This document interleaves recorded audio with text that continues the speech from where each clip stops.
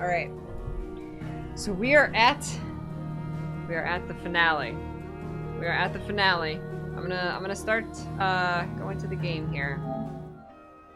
I can't believe it. All right. So between last stream and this stream, I completed all of the side quests. The like 10 side quests that pop up when you get to this point in the story. I did them all. I did some on stream last time. One of them made me cry. The Torgal one made me cry, of course. But I did the rest of them yesterday off stream. And they were very good. Some of them were amazing, and I think that they really should have been like in the main story, honestly. I'm surprised they weren't. Because it was basically, you had the opportunity to kind of have a final little adventure with like each major character. Plus there were some like uniting the town, like uniting the people of the town against the Duke of Northreach, and then there was like Byron. Uncle Byron came and he wanted to like unite some different, like, he wanted to unite with one of these nobles for like their greater good or whatever. I don't know. I was half paying attention to that one. Hi friends, welcome everybody. Happy birthday, Logan. All right, so I wanted to give a couple notes, my thoughts on a couple of them, for those who have played them, because a lot of them were like amazing, and they all had like cutscenes at the end. So I actually made a list, just of 4 of them: Dion, Gav, Mid, and Jill. I just wanted to say real quick my thoughts on those 4 side quests, because they were amazing. They all ended with cutscenes and these really heartfelt moments between the characters.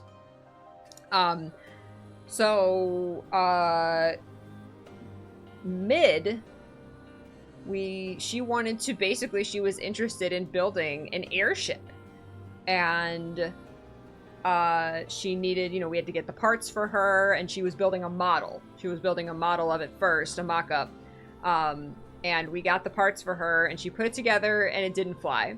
But then there was this cutscene about how she realized that, wait, if I build this technology, like, this is huge. This could like change things, right? If I make an airship, and it could be used for war. It could be used to hurt people. And when she realized that she didn't, maybe I shouldn't make this, at least right now. So she said she was going to hide the schematics for it, and make like a treasure hunt, like a quest, to find it, so that only like someone very intelligent would be able to find it, including Clive. And she gave the prototype that she made to Clive, and that's displayed in the chambers. Actually, that's where I should go. I should go to the chambers, because at the end of each one we got like a little thing. I have all of these but one. I don't know if I'm supposed to have all of them. I have all of these but the last one, which maybe we'll get after this next part. So this was her prototype that she made, and she gave it to us. So we got it here, and then she hid the schematics behind like a scavenger hunt. That was going to be like really challenging. And then there was Gav. What did Gav give me? I forget. This one was from that was from Byron's, the Triunity Accord. That's what he was calling his alliance between Rosaria, Dhalmekia, and Sambrek. He worked really hard on that.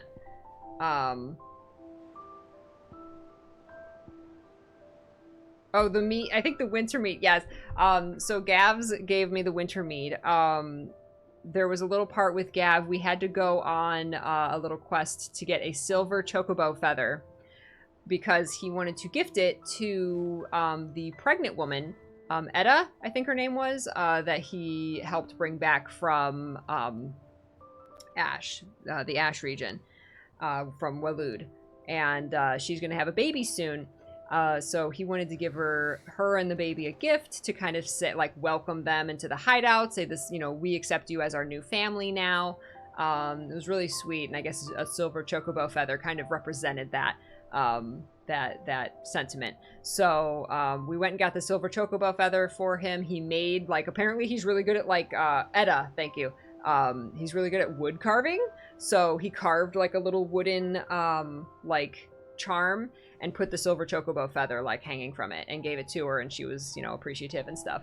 And Gab was really excited about I didn't get the sense that he liked the mom. You could read it that way if you wanted, but it wasn't because he was kind of being a little stumbling over his words and being a little shy around her. So you could read that as he was kind of sweet on this girl, or you could not read it like that. Maybe he's just, I don't know, it's exciting to have a baby's on the way, right?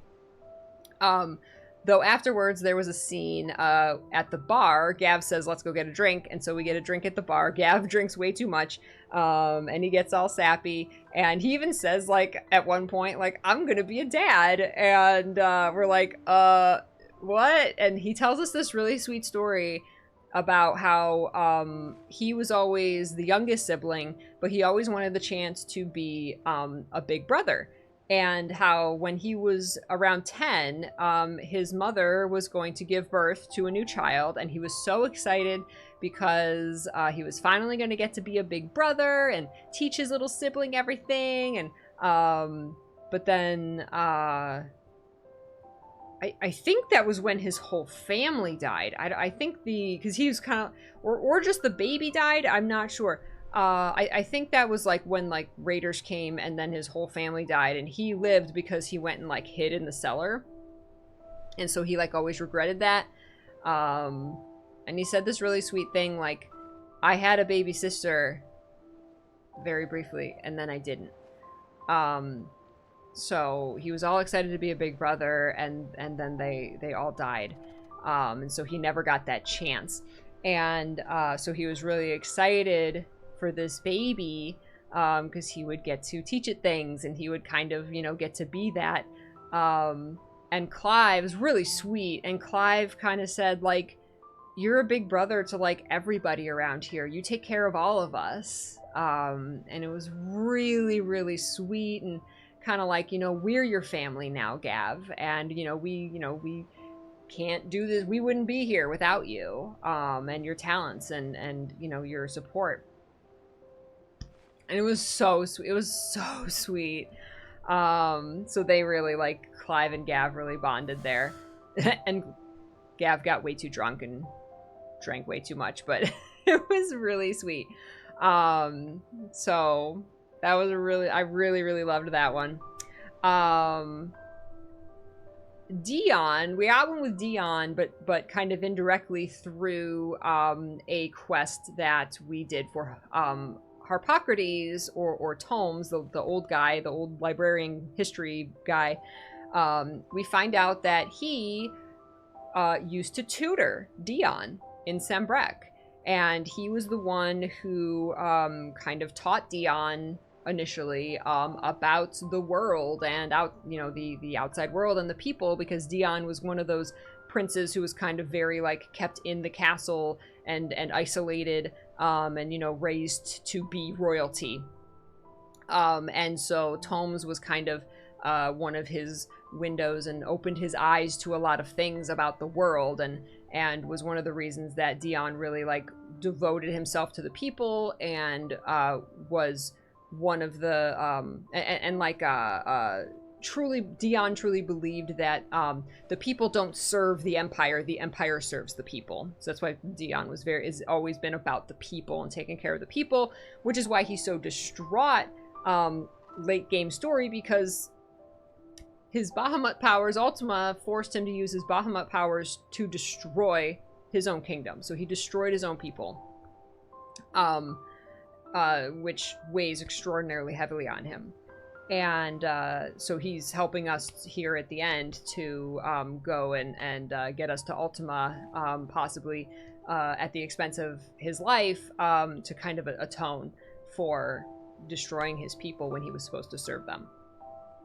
But we reunite him. We go on a quest to get a particular flower for Harpocrates, and it is a purple flower, and I believe it is the same flower that Dion's father was always playing with, and later gave to Dion, which was a white flower.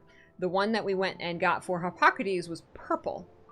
And he said that he wanted to see Dion one more time before he left, and so we unite them, and they have a little heartfelt scene, and, you know, thank you for being my mentor, and Dion apologizes for leaving his mentorship early to join the Dragoons, and it's really sweet. And Harpocrates tells him about the flower, and how in captivity, like in the palace, these flowers only bloom white, but in the wild they bloom purple, and they have the same roots. It's the same exact flower, and nobody even knows why in the wild they bloom purple, but they do, and it's a very beautiful purple flower. Oh, I should where is it? I don't think I have the flower. Oh, that was the quill here. This was Harpocrates' quill. So Harpocrates wants to give this purple flower to Dion as a symbol of how Dion has grown. All of these quests, these endgame quests, were like amazing and really should have been like part of the main story. So he gives this purple flower to Dion and says, "I'm proud of you for breaking out of your, you know, your royal, you know, captivity, basically, and fighting for the people." You know, and that was his intention, and he's always wanted to support the people and, you know, break out of that. So he offers him this purple flower as a representation of that. Dion refuses it and says, "I want you to hold," he says, "I do not yet believe that I deserve it," because he still feels he needs to atone more for what happened in Sembrek, in his kingdom. So he refuses the flower and says, "Hang on to it until I come back," because he's going to fly Clive and Joshua to Ultima so that they can fight Ultima. But both of them know, he says this, refuses it, says, "Give it to me when I get back," knowing full well he's probably not coming back. Like, this is kind of like a suicide thing. And that is actually reflected. It was reflected in Harpocrates' voice acting. He, like, gets choked up. He's like, I'll give it to you when you get back. You know, like, that says it very sad, like, knowing that he may not come back, or it's very likely he will not come back. And so I said, when I was playing it off stream, and I actually said out loud, I was like, if this, and please, no spoilers, no hints of spoilers, please. I want to share this in case it comes true. I said, if this game ends with Dion dying and Harpocrates putting that purple flower on his grave, I will lose it. I will lose it. But it would be too perfect. So that was Harpocrates and Dion's quest. And then Harpocrates gave us this quill. That is his quill that he has written all of his historical notes and books and stuff. And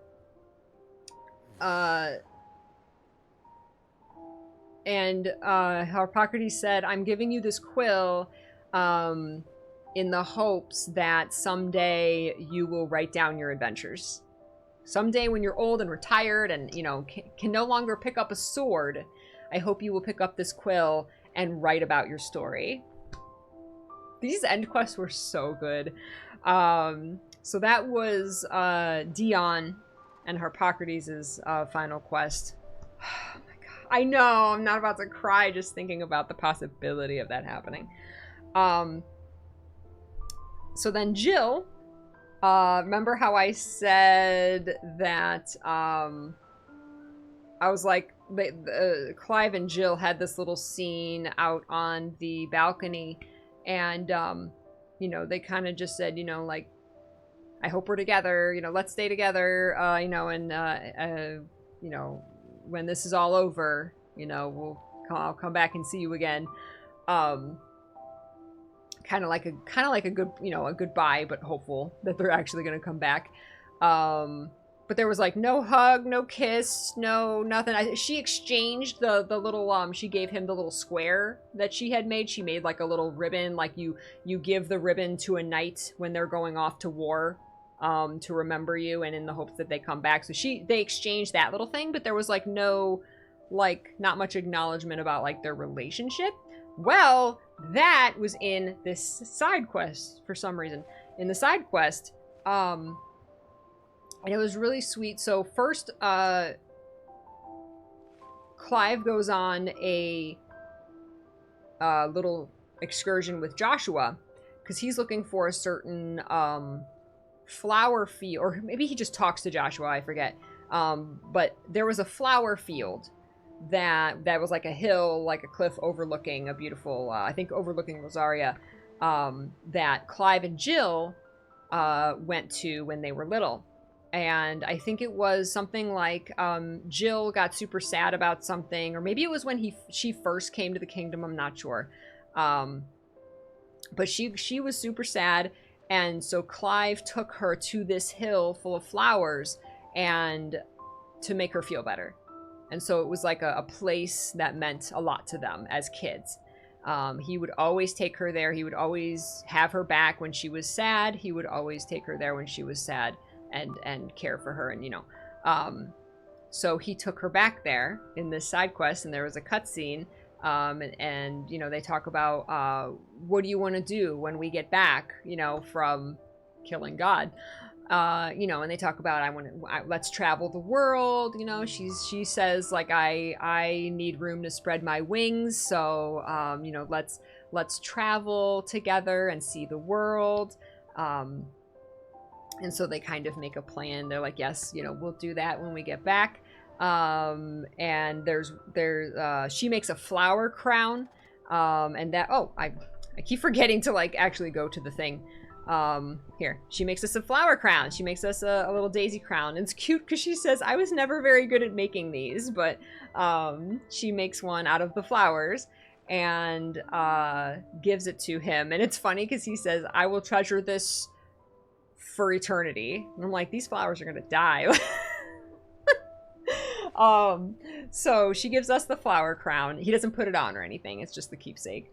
But they share a hug. They share a kiss. Actually, they share a kiss, and then they share a hug.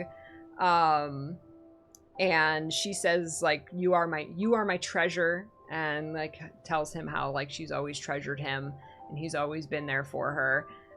So it's really, really sweet. These flowers are gonna die.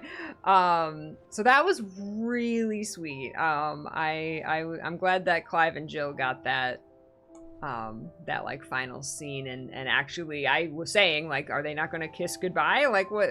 But they did in this side quest. So, and there was some other little stuff, but those were the big major ones. My like critique of this is that there really should have been some indication in this game of these big important side quests. Like side quests like this, all of these that I just talked about could have been main story. Some of them should have been main story. I don't know why they were put into side quests. Maybe for this achievement system here, maybe they wanted it to be like, you know, you fill this up with your keepsakes. Basically all of these keepsakes, most of them are from side quests, and all of these side quests right here really should have been like main story. They're all that like significant to the character development and the world development.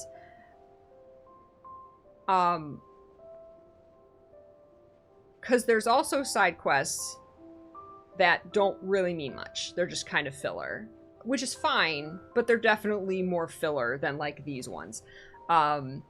So if they wanted to put these in side quests, that's fine, but I personally really think that there should have been like a different icon. That's all you would need, is a different icon or a different color icon for... These are important side quests. These are side quests that are going to give you very important info, very good character development, actual cutscenes. I think that the side quest icon is green with a little exclamation point. The main quest icon has always been red, a big red symbol. I think they should have made these yellow. Make another little symbol that's a little bit bigger than the green side quests, and then make it yellow or gold or orange or whatever. And let's like, these are side quests that are gonna have story like centric to the main characters, or like the main story of the world, right? They did distinguish, they did have a different symbol for side quests that upgraded something on your account. So like bigger bags or more potent potions, things like that. And those were indicated by a separate icon. It was still green, but it was a separate icon. So I knew that, hey, if I didn't feel like doing every single side quest, I would at least do those ones with the plus, because I knew that I was going to get a game upgrade for it. So that was very good. And a lot of them, the story didn't mean much. You know, the doctor gets excited and, oh, go find me this plant. There's so many go find me this plant side quests in this game. So a lot of it was go find me this plant, and then he upgrades your bag. And some of them are very humorous. Some of them are heartfelt. The one about like the guy with the apples, the woman who was originally trying to get apples to grow, or I think it was apples, to grow in the hideaway or in the blight, basically, like worked her whole life to try and get it to grow. But in the original raid on the original hideout, she died. And so this guy like took over her work and actually got the apples to grow. So he's like, these apples are like in dedication to her. Like that was super sweet. So some of the side quests had really sweet stories and stuff, but it didn't have anything to do with the main characters. And then there were side quests that literally meant nothing. Like literally, like I will forever talk about the one about you find out how this blacksmith's apprentice should sharpen a knife. The entire side quest was about sharpening knives. Literally meant nothing else that I could tell. So like that, and that should have been the green exclamation point thing. So if you want to do that for some renown, some gil, some experience, fine, do that side quest, but it has no importance. That's like last priority. So yeah, I wish they would have separated them a little bit more by different colored icons, but man, definitely do all of the ones that pop up in the finale here, the ones that have to do with your main companions, because wow, are they good. They're really, really good. Especially Torgal. If you're gonna do one, do the Torgal. Sharpening knives was Peachy Chan's favorite quest. Alright. Are we ready? Are we ready? I think we're ready. Holy heck. Alright, where do we make for origin? Make for origin. Let me make absolutely sure I've filled my potions. Yes, we are all filled up. Oh, let me actually change it though. Potion. And strength tonic. Let's do strength tonic. Okay. We're good. Are we ready? Are we ready? Let's go! Awoken from its slumber beneath the foundations of Twinside, this corrupted construct now looms over the twins. Its form a bruise on the very heavens. Oof! Oof! Oh my goodness.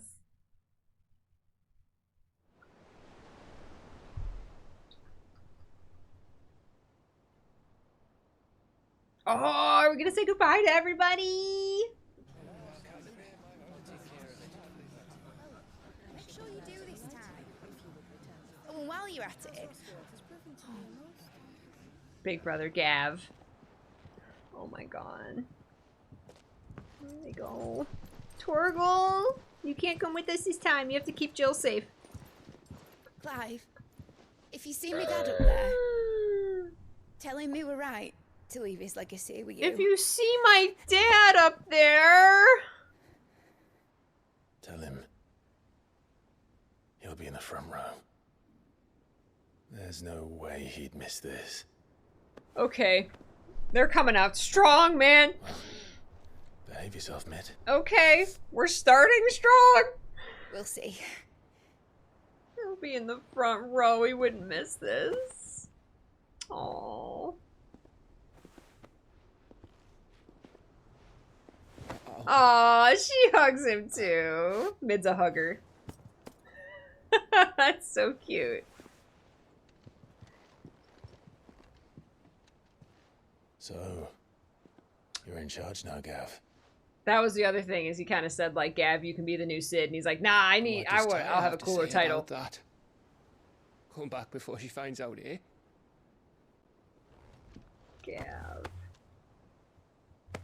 Would not be. They're all saying goodbye.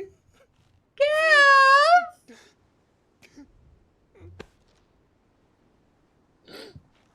Gav's the best boy. I'm sorry. Your Grace, I shall pray for your safe return. That's kind of you. But you should pray he took his medicine. Ugh. I didn't spend all night grinding herbs for his lordship to leave them on his nightstand. Again. Uh-oh. You needn't fear, Lady Taya. And thank you.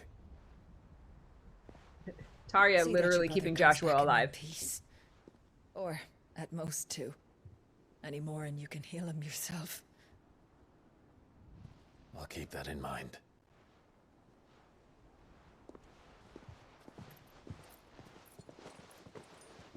Well, Got it. there's Joshua, nothing to one say or that two hasn't pieces. already been said. But that's never stopped me before. So just you do what needs doing. And don't worry about us. We'll do our Byron. best, Uncle. But we will. If that is all, Jill? Not quite. And Torgal? Jill. It's time, isn't it? It is. Oh. No, Take care of him. Take care of each other. And you. You take care of her too, boy.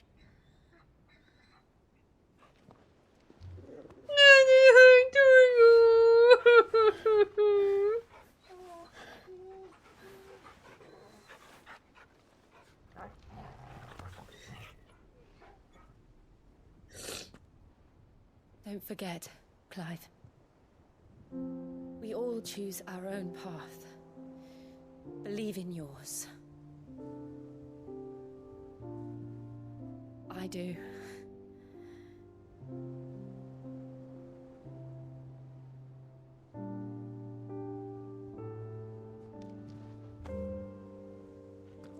I'll be back. I promise. Oh. I love you, Jill.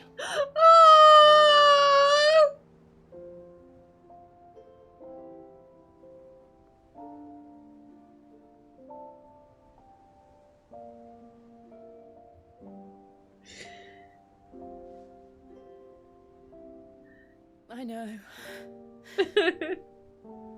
I love you too.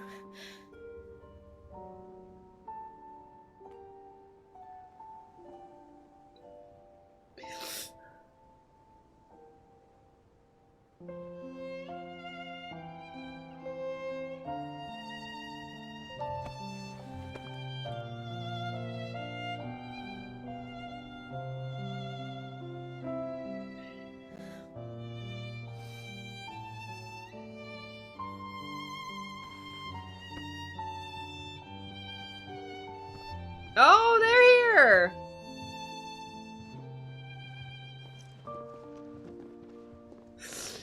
Oh, his last quest came out swinging.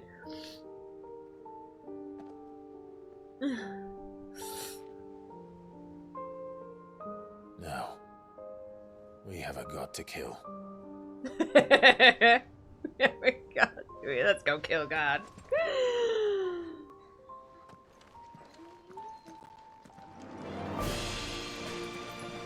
Torgal.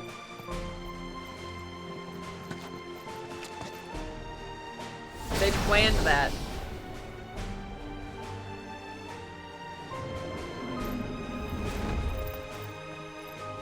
Clive!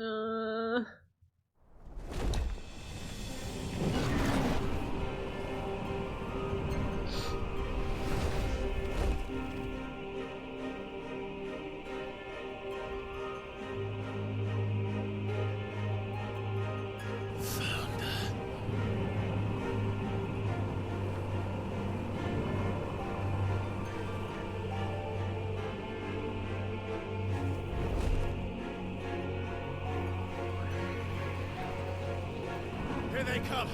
Hold on, Joshua. Already am.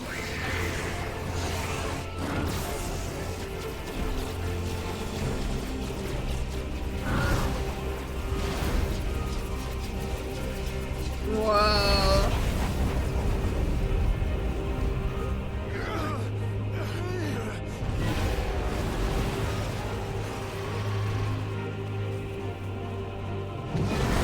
No seatbelts on Bahamut.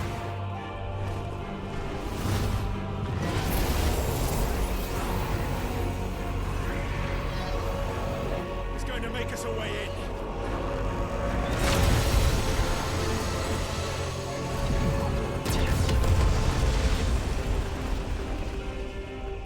Oh man.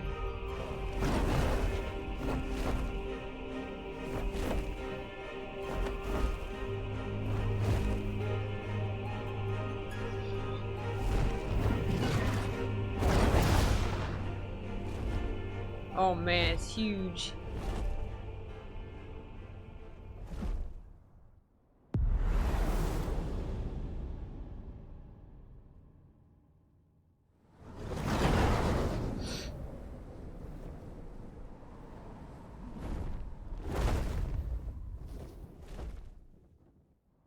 Looks like a palace. Like a city.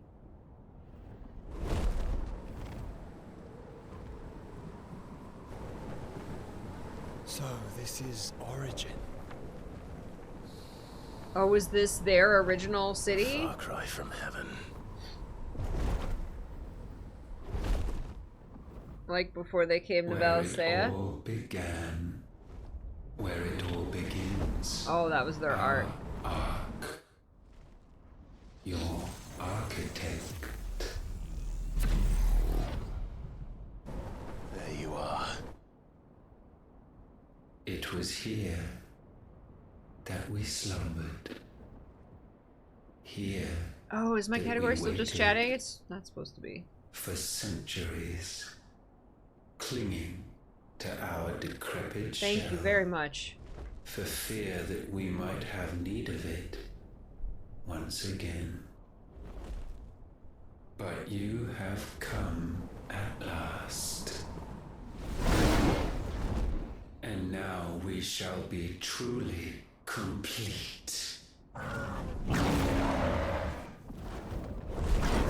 Drop them off and just get one final attack in Bahamut. One Zeta Flare There's three to of end us, them all. and one of him. Let's make it count.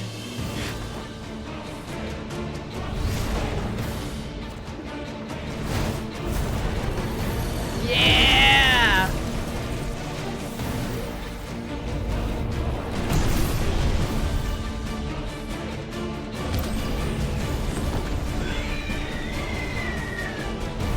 Ah! You have to actually like combine. We will show you what it Oh my means God. to suffer.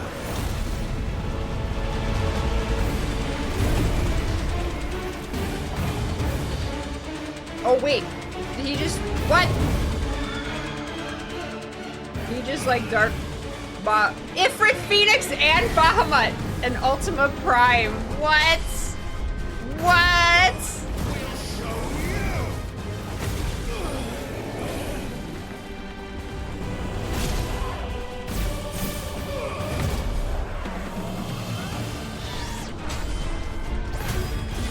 Go, Joshua.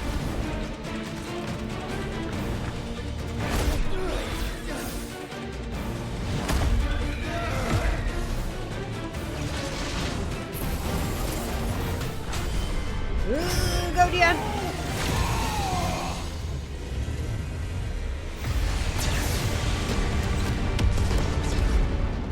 Wow.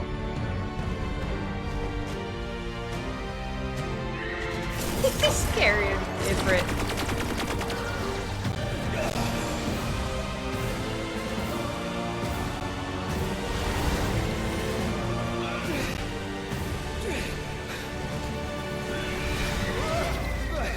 God, the music. Are you kidding me?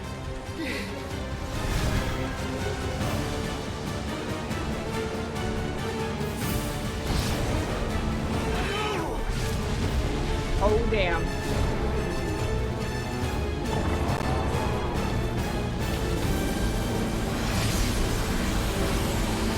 No!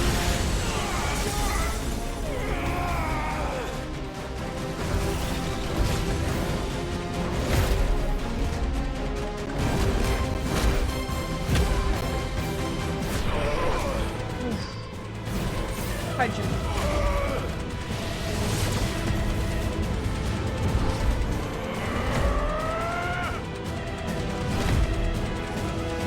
No! R1. Not this time. I'm like, my whole body is tense. Move aside, Phoenix.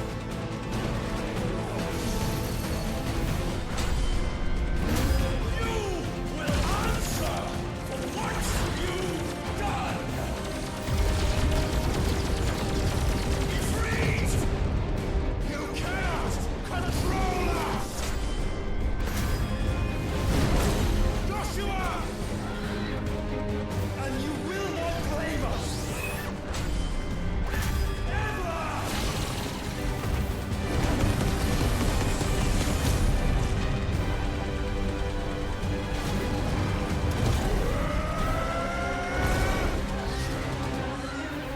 Revelation. Oh yeah, triple attack. Mega flare.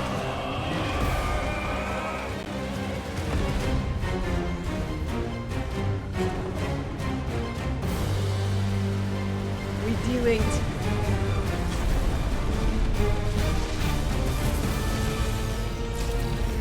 Oh my god. Ah! It's so cool. Try disaster.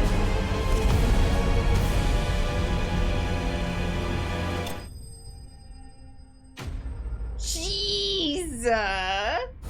Oh my god. What the heck? That was incredible. And that did the attack was so powerful. It did the rest of his health bar.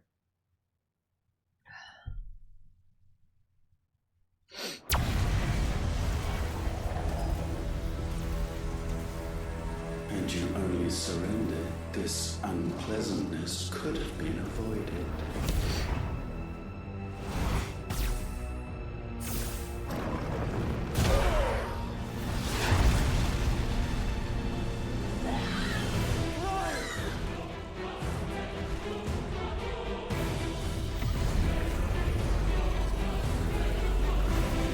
Oh no. Dion's gonna fly in front of him.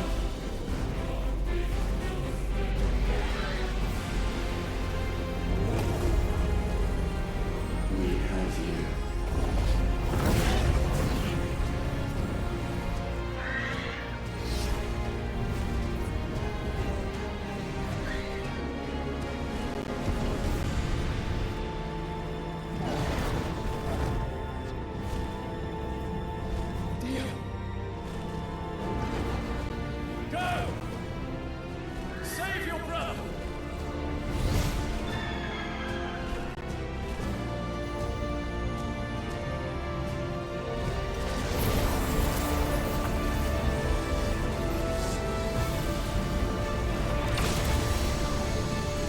Zeta flare!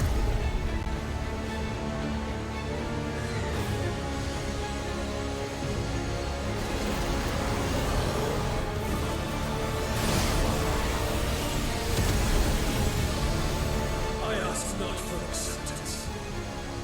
Only forgiveness! Very Zeta flared! Yeah!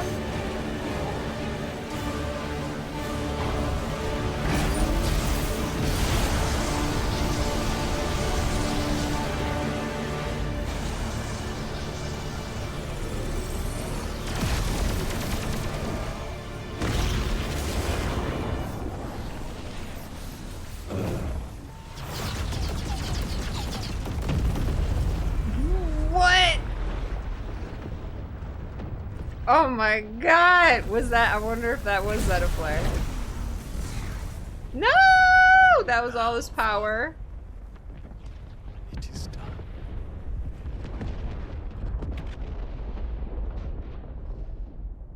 Oh, Dion. That was epic. You got an epic final moment. Holy heck.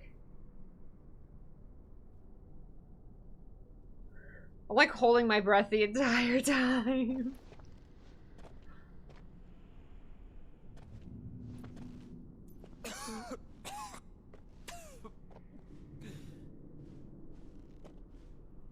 Clive! Clive!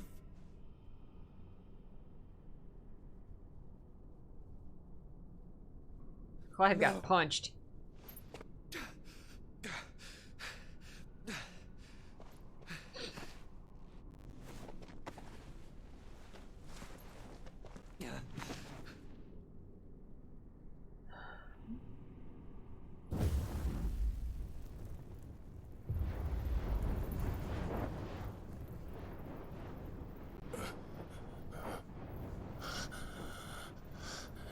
Brought him back to life. Joshua.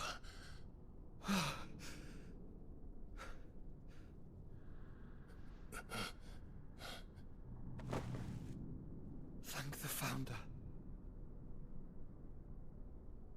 You got a Ifrit risen. That was like in the tapestry and like the prophecy.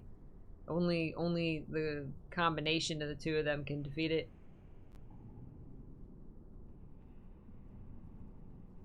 Oh yeah, how's that gonna come into play? You look terrible. That makes two of us. Oh, I'll be alright. And Dion. Oh.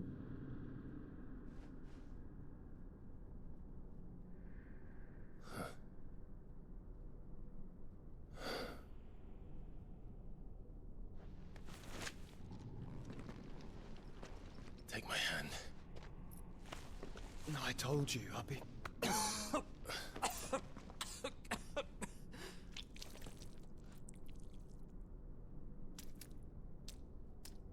Not good, Joshua.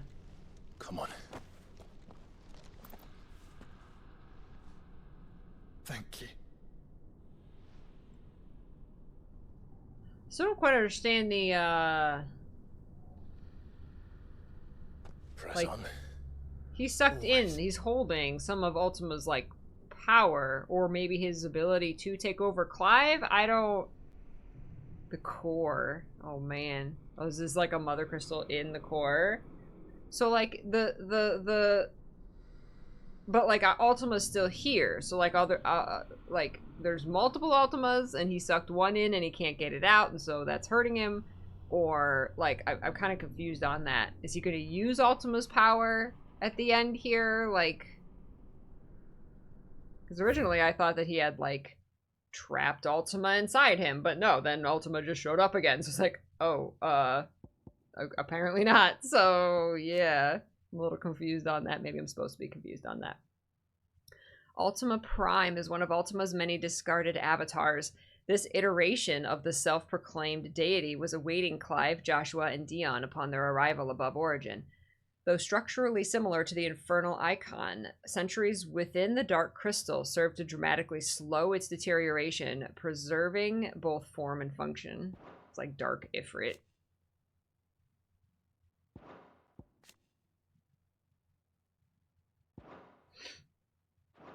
Oop, no wait.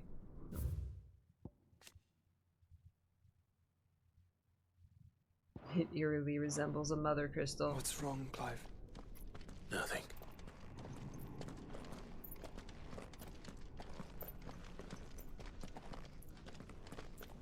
We're doing the Sora and Riku KH2 and walk I'm and Walker. sorry about Dion. Aww. Don't be. Please. He did what he had to do. And it's time we did the same. That's right. Now we gotta avenge him too.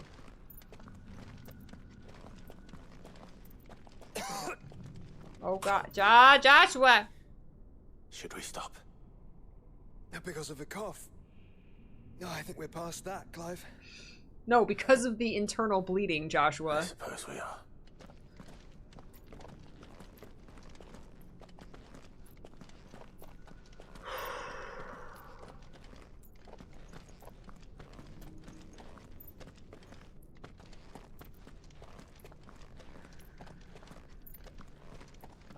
Just pick him up and carry him bridal style. Well, Clive's hurt too. That light. So cold. So empty. We're close, aren't we? It seems that way. But I don't want to think what could be waiting for us in there. Then think instead of those waiting for us at home. Aww. You need more Jill kisses.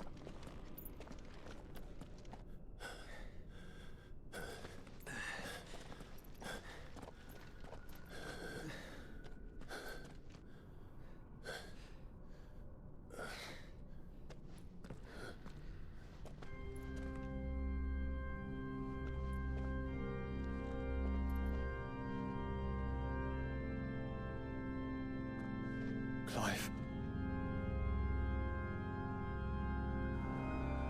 Oh, these like failed Ifrits.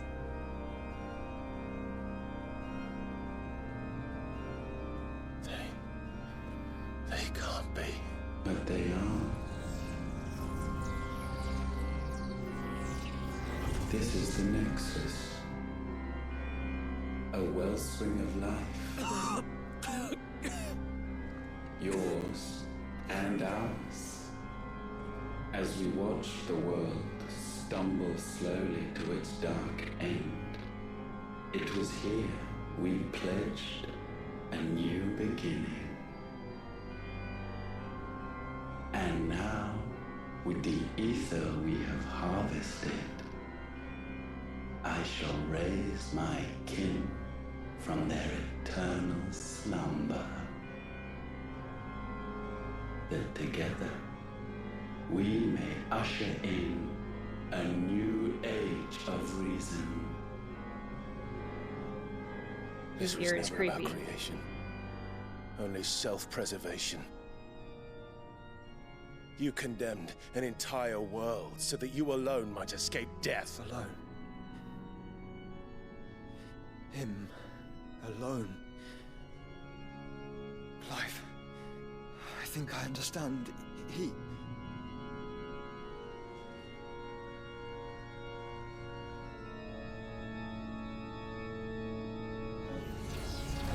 The like church organ music.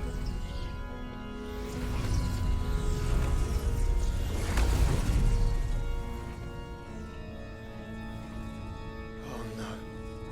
They sacrificed their flesh to become beating hearts of crystal that pumped the land's lifeblood from the depths of the earth unto this very chamber. And thus would they labor still, long after their work was done, had you not set them free. You meant for us to destroy the mother crystals. We thought destroyed you the mother wanted all crystals. along. Oh You man. have our gratitude, you Ah, you thought. just making that up. In this you have served us well. You have both served us well.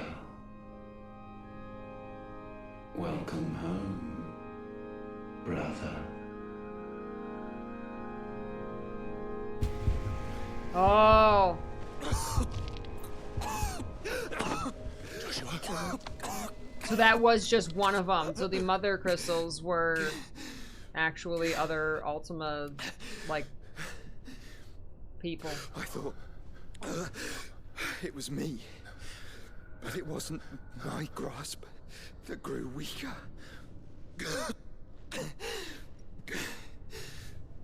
It was theirs that grew stronger.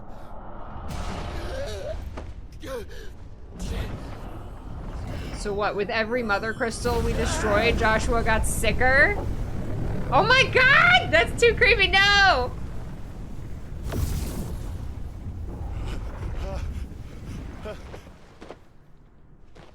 Joshua! No!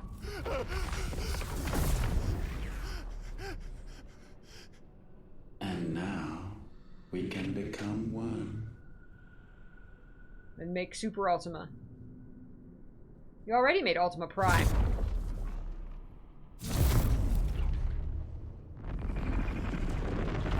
Just powering up.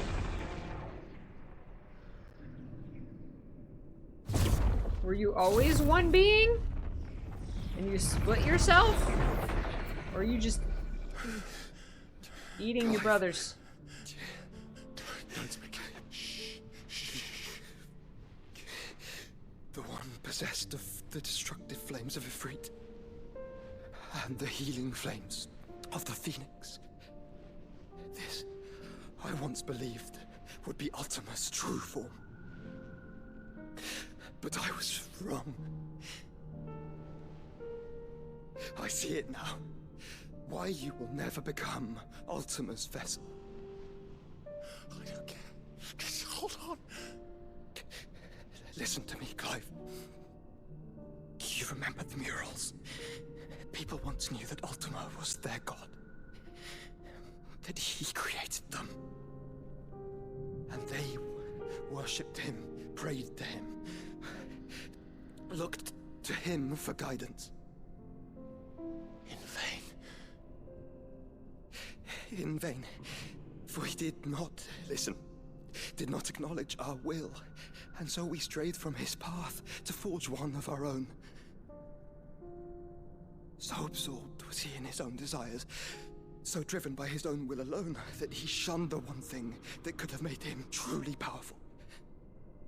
Faith. The same faith people now place in you. He's gonna go Sailor Moon on him. They will fulfill their dream, Sid's dream, of creating a better world for us. You just gotta believe, Faith Clive. will follow in Father's footsteps and save those who need saving most. Oh no. Faith that you will answer Jill's plea to save yourself.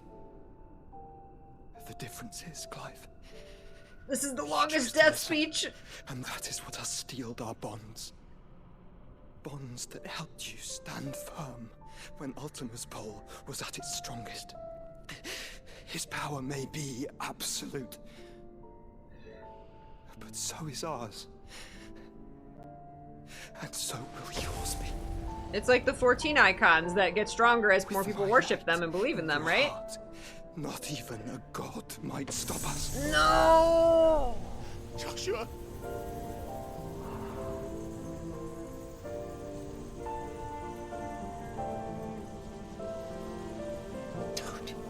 Don't do it, you'll...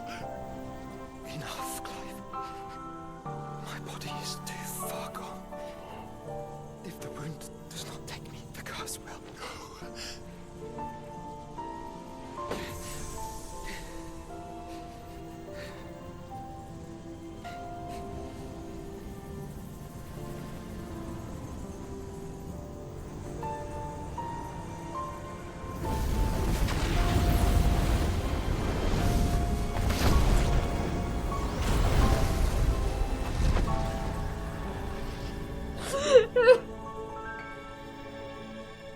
I have always been proud to call you my shield.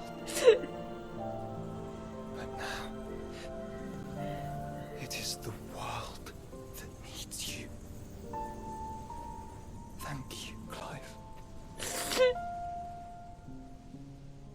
For being my brother.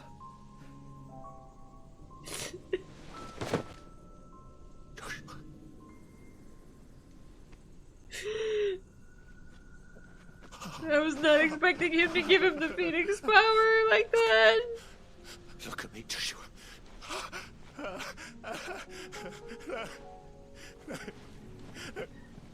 Open your eyes! Open your eyes, Damien! Ultima's just watching.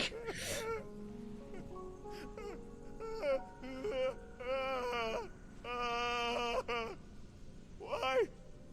Why did you do this? Joshua!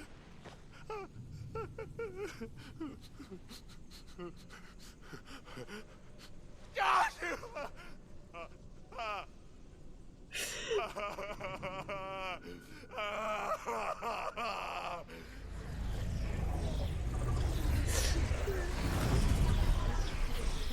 And thus does the final piece fall into place. Whoa! The Oh, incantation primed, but one task remains. To empty the vessel. Oh, he went full Final Fantasy.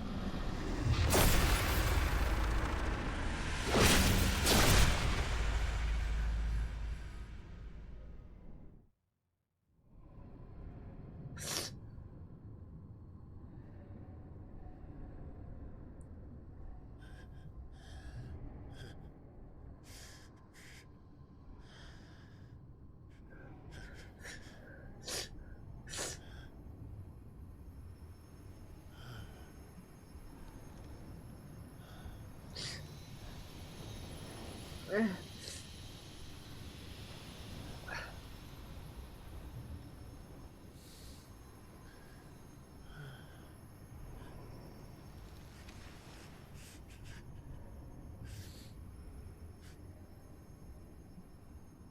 still here. With me. To the end. Even now, you would deny the inevitable. Look at those feet.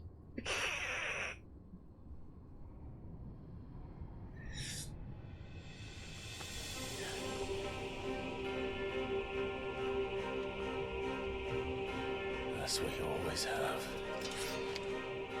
And always will.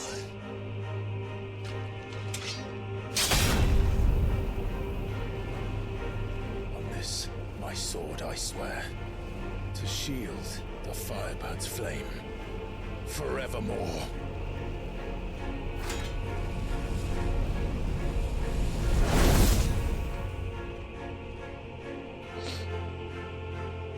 Oh god. Yeah!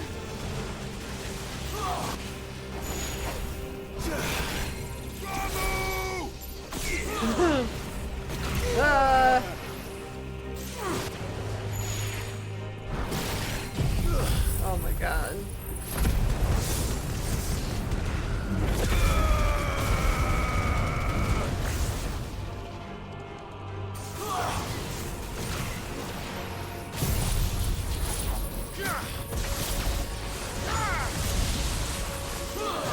This isn't even my final form. Oh, I'm so emotional, I can't remember how to fight. Oh god.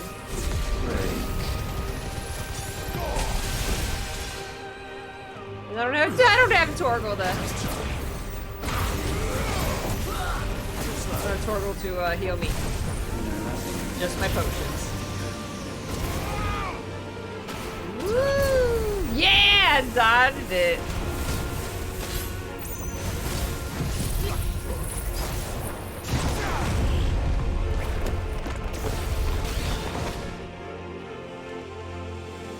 Countless centuries have I waited for this moment. This moment in which I might revel in my creation. Only to find it profaned and so... Wow. It must be cleansed.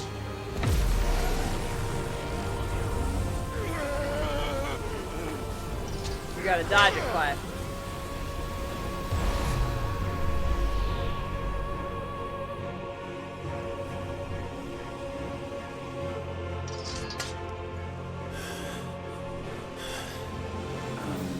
expected, how is it that your will yet endures? Excuse me. Oh my It's god. not so easily broken. Yeah. But it can be broken. Oh. So can you? And I shall see it so. For such is my will. Nah. Try it.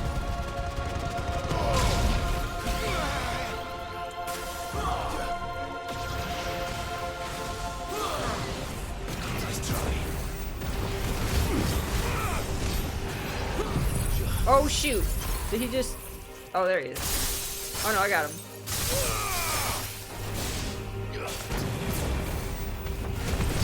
This is the work of my will. Oh, Ultima's using Ultima! Run! Ow!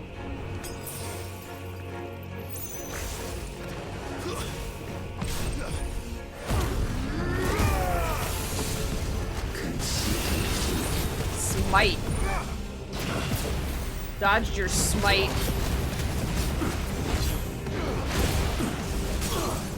Oh, staggered him, yeah.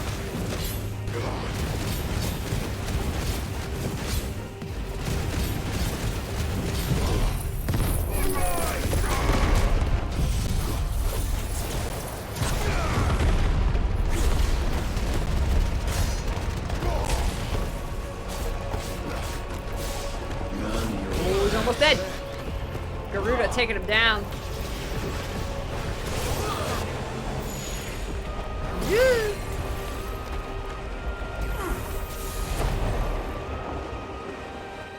Why? What latent force feeds these flames? I sense more here than mere will. Is this Logos? Logos. Have you truly become free? No, I forbid it. You are not a god. You are but flesh and bone. I am You are now. not one of us.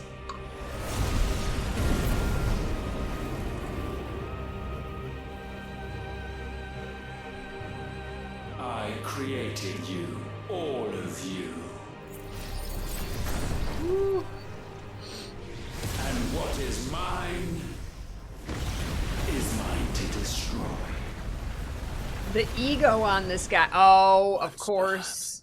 We're in a galaxy. But we are no longer yours. That's right. This is where the Our like flames Shadowbringers are music on, and starts. they burn as one.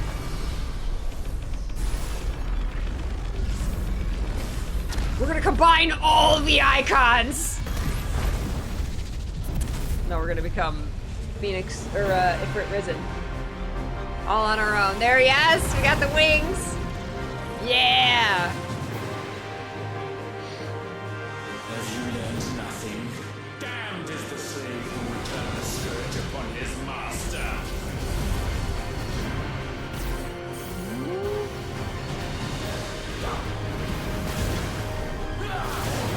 Oh god. Okay, hold on. Ultima Risen and Ifrit Risen.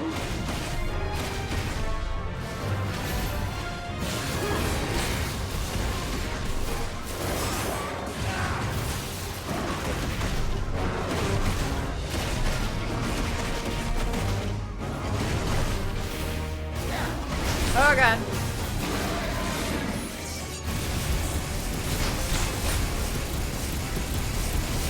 Burn him.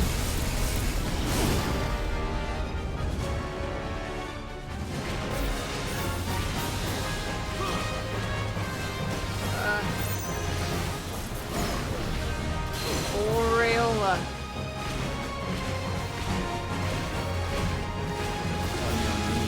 Light sweet. And antistrophe? Antistrophe! I dodged antistrophe! Oh, not that though.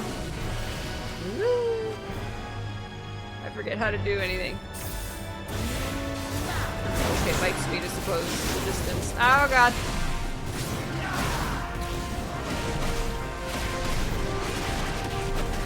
Oh wait. I can, like, do some kind of big attack. There we go. Okay, it's coming back to me. It's been a while.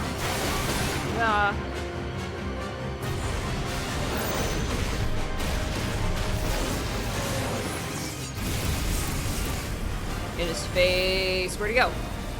Where'd he go? He disappeared. Rude. Ooh, oh god. Oh jeez. Oh no. Oh no, no, no.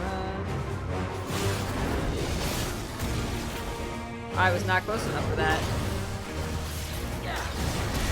Ow. Stellar Zeiston?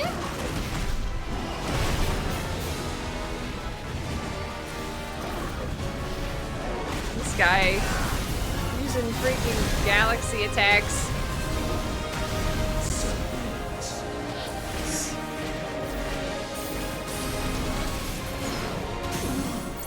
Yep, fighting God. Like we do.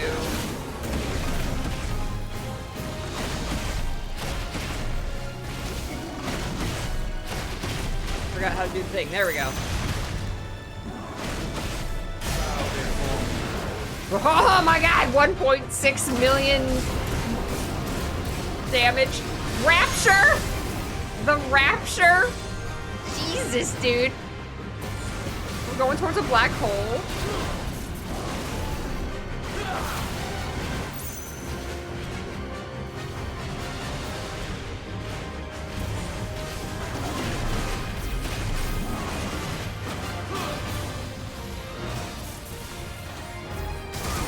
Oh, the dodge is not successful. What are you doing? Oh my god. These attacks are so crazy cool.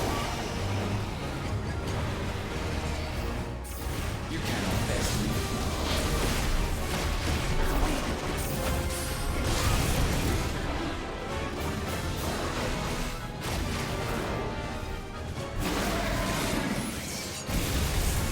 In his face! Spit in his face!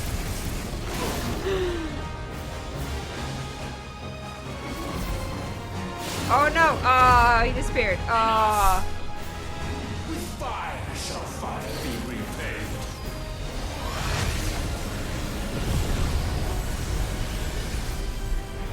Oh my god. Unlocking Purgatorium! What does that mean?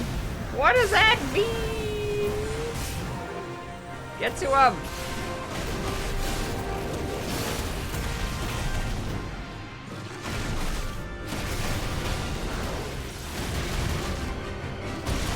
I don't got my big attack. We are definitely not escaping Purgatorium here.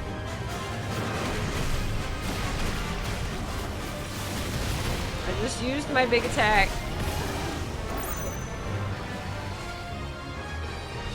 Oh, 40. Oh, here we go, here we go, here we go.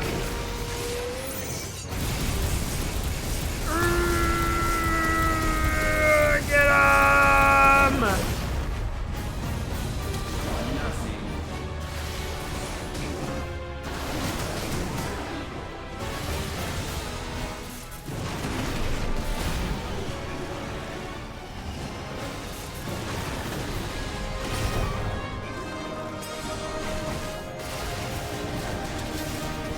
Oh wait, wildfire does damage.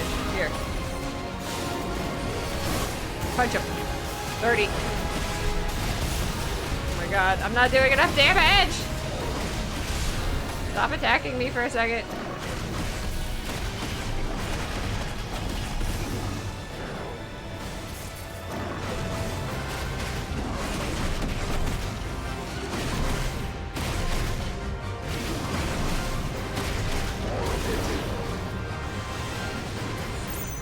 God, what is he doing? Oh my god.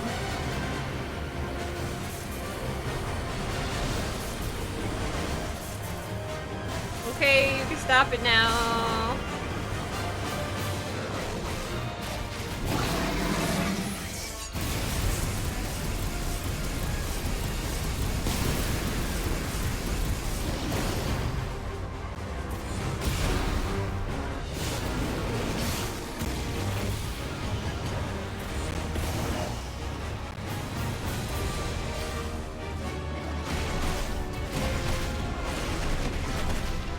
are gonna do it.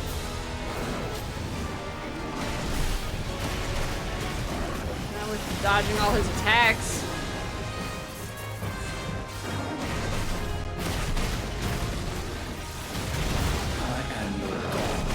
One.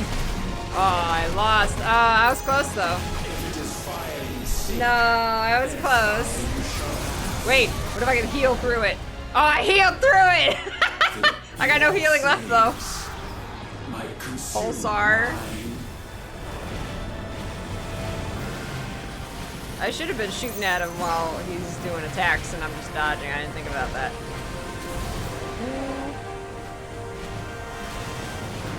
Oh my god.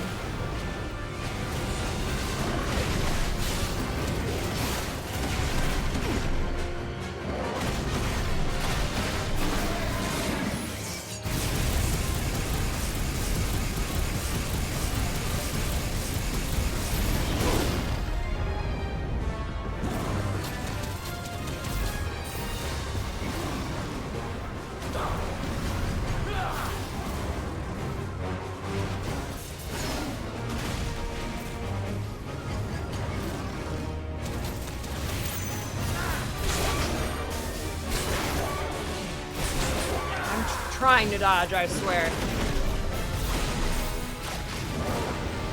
Dima Kairos?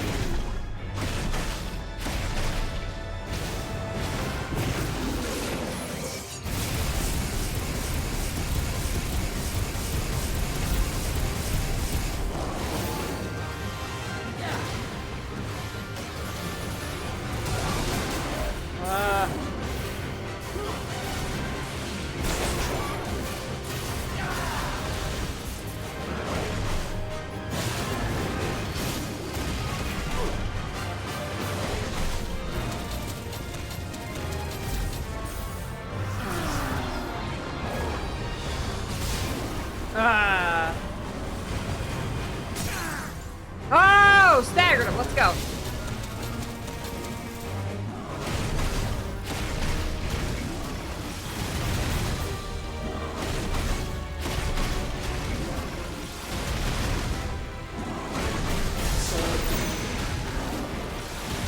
I only did 1.2 million damage that time. How is this possible? Oh my god.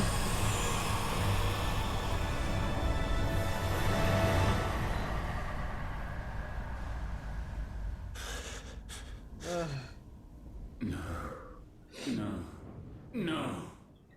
My will is inviolable. Something is wrong. You're afraid. You always have been. From the moment the Blight exposed what you were, weak, you conceived us to prove otherwise. But the results shook you to the core. For in us you saw yourself, and realized we had the potential to be more than you could ever be. And so you turned your back on your creation. Your back on the world, like the coward you are. You think you know me? You know nothing, Logos. Nothing. You know nothing, Jon Snow. You can't help it. Man, Clive had that speech ready to go.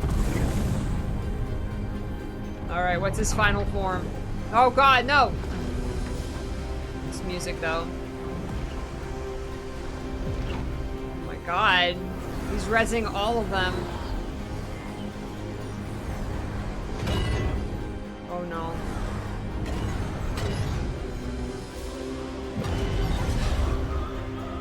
Oh my god, this is so Final Fantasy of you, Ultima!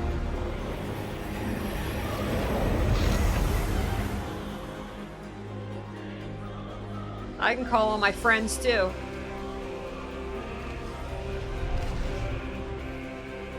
Bathed in light, I stand above you, my rebirth complete.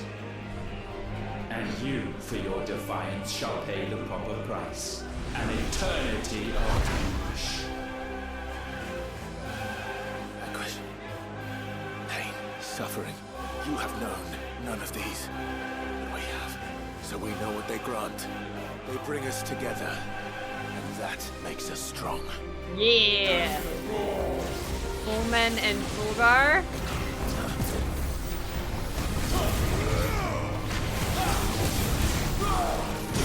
My will be done.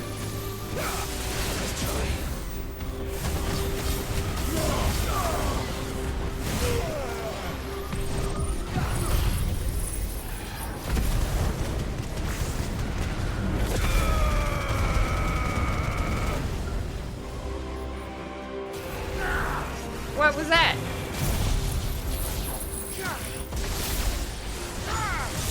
Wait, his name is Ultimalius. Oh. Did he just use Titan against me?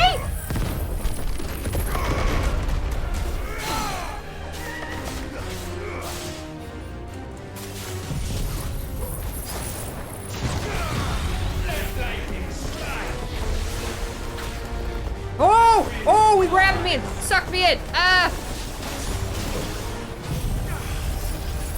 Euro Clydon. Ooh, oh. I will crush you. Cataclysm. Oh my god. Oh my god. Oh my god. That's a Titan attack I never got. Let Tempest rage. Ooh, Garuda! He's using super icon skills against me.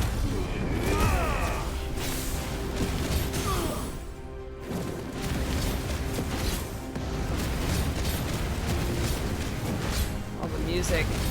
So good. Oh my god.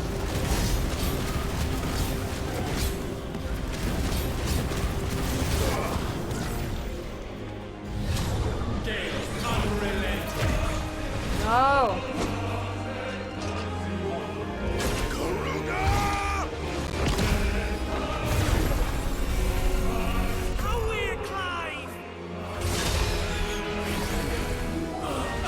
Hallway Clyde. It sounded like Gav.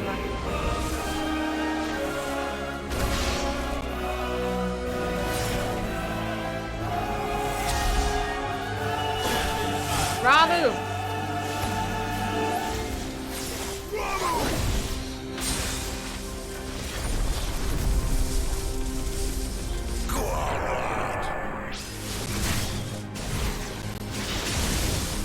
Yes.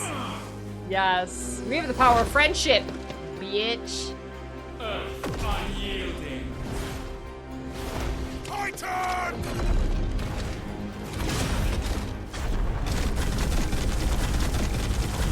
Give him hell, Clive! Mid. I see what it's doing. It's putting voices in place of the people who are actually our enemies. It is not yours to take. I think it should have had like Benedicta and Kuka, Barnabas. Well, Barnabas worshipped Ultima, so maybe not. Oh my god! Oh, hello!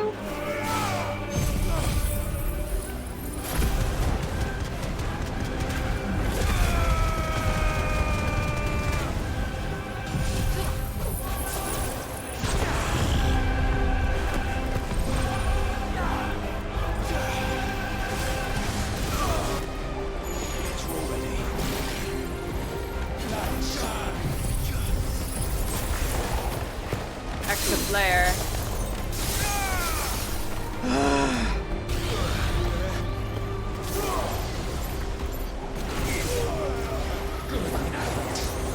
Oh god.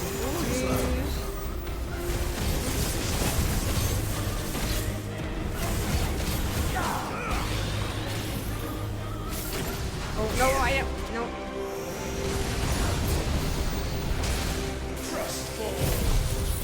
Final Rhapsody.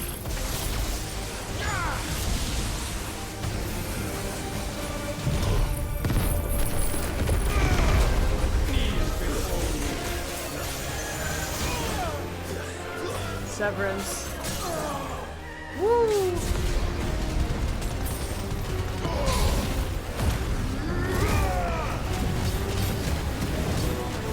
Man. Yeah, Kupka would have been kind of weird to be like, give 5 encouraging words, but like he had a heart, you know, like he truly loves Benedicta.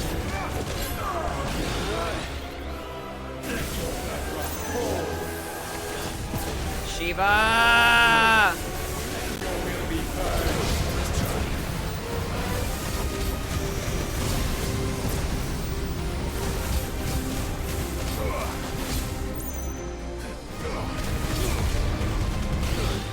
Aw. The Bahamut wings.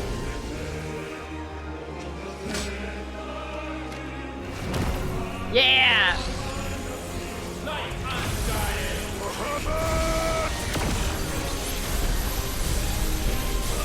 That's my boy!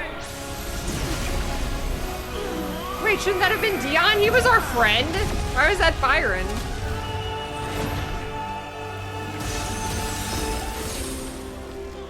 Ice unfeeling. Shiva! Together!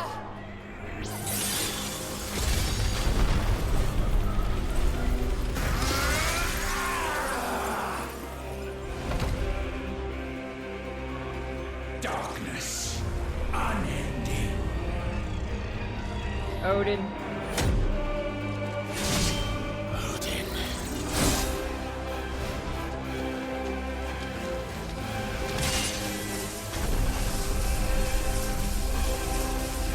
Onward, my son.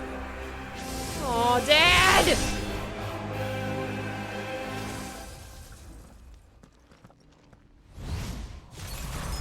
No. Mine is the altar at which you pray. Mine are the eyes that look down upon you. Uh-oh. Uh-oh. And yet still you cannot see. You are no better than us. We are one and the same. Oh my god. Limit broke.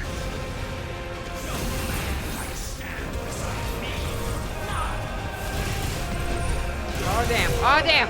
Oh damn. Woo! Witness my creation. Meteor. Oh.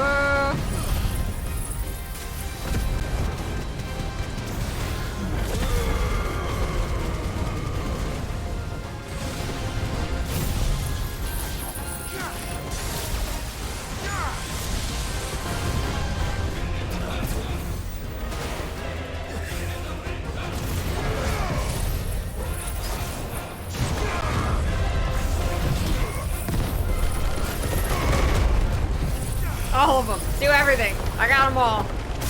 Almost. Not quite.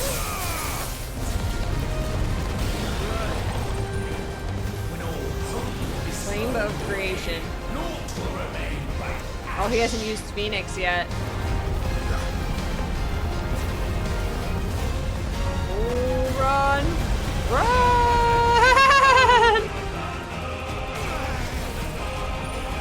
Just kind of melted ash. Oh, there's Phoenix.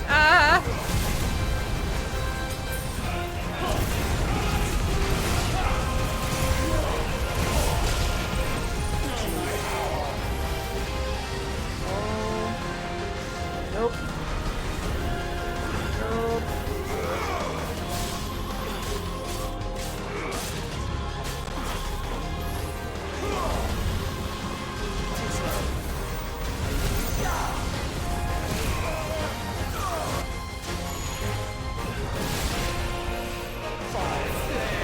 Woo! Furiosus. Woo!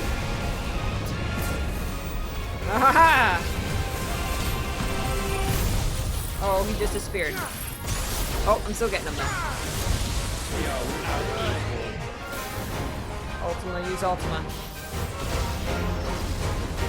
Ah!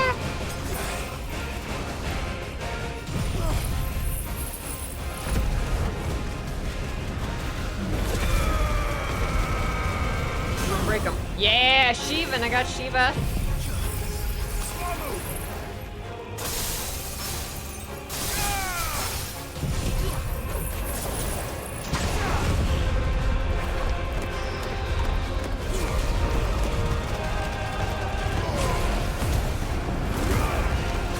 Oh, my strength tonic, my last strength tonic.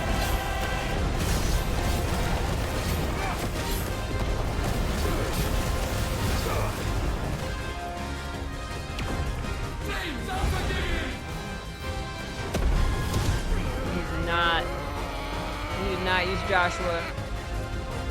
With me, Phoenix.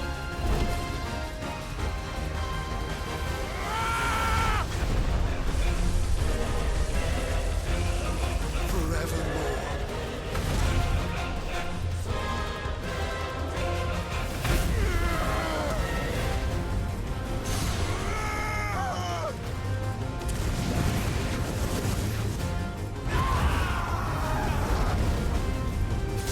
That one sounded like it hurt.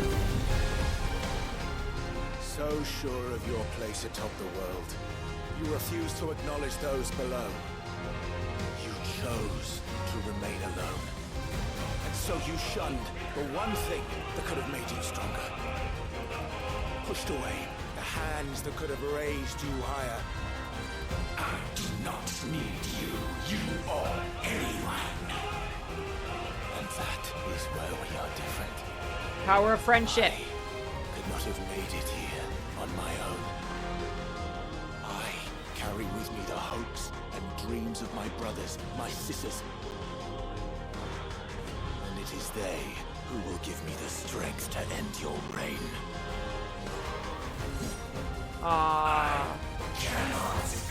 Sorry, but one tiny thing. He said, I carry with me the strength of my brothers and sisters. And then there was that moment where he looks at his hand. It should have said, I carry with me my sisters and brothers. So you stop on the word brother, and he's looking at his hand like he's remembering Joshua. And then it's like, this is for Joshua. You could still do that, but it would have been better if brothers was the last word. Just, I don't know. You know.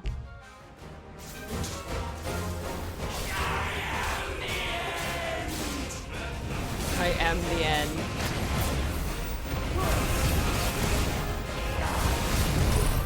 I hope we finish him with the Phoenix power.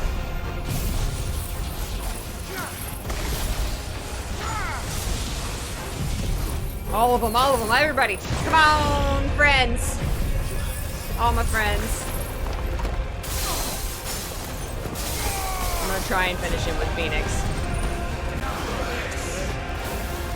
Oh, hello.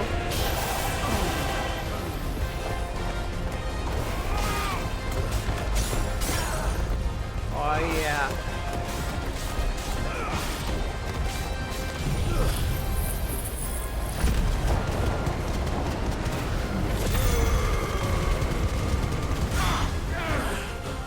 Yes. That was for you, Joshua.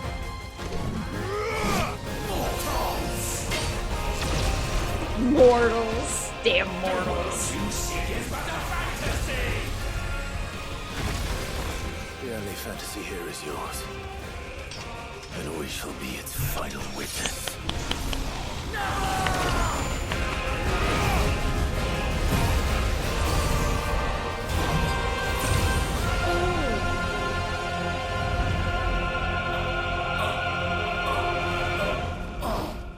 I said... it's over!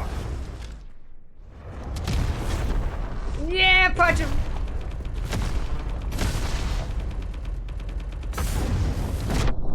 Nine punch damage. That was so that was so Endwalker. That final punch was just for the satisfaction. Love and friendship punch.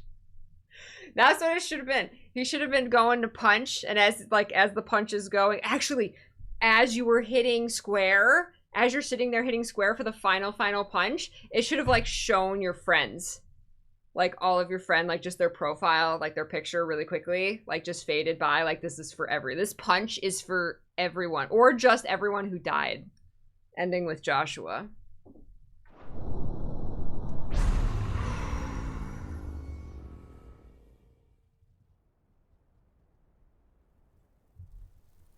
Okay, I'm physically exhausted because I was like clenching my body for the last half an hour.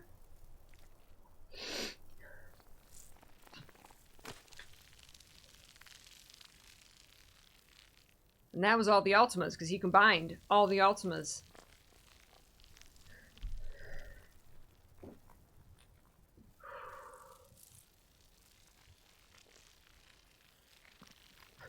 Go spit on him.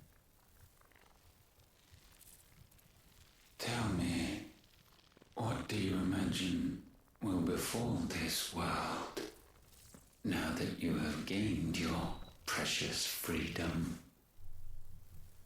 I honestly don't know. But I doubt it will be pretty.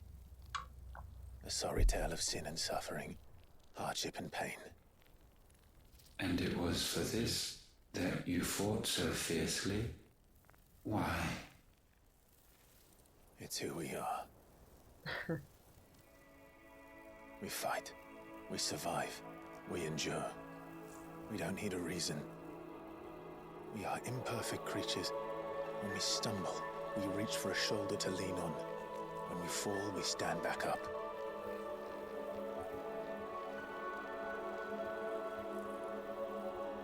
We see the horizon, ever out of reach, and still we march on. Certain the answers lie just beyond it. Because that is our way.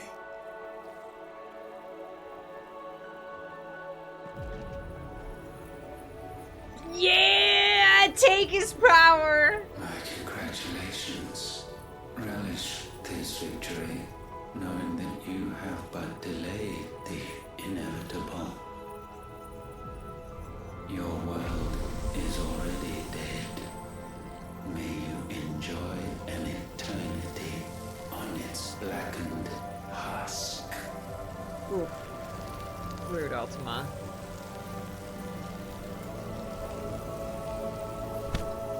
Oof. Oof. Oof. Oh! Creepy. Oh.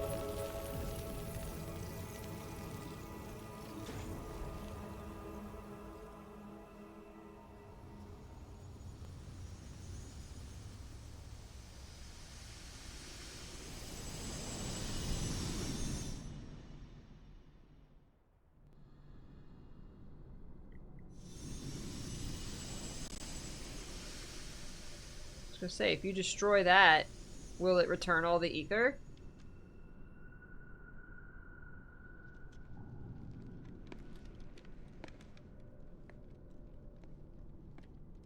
Oh.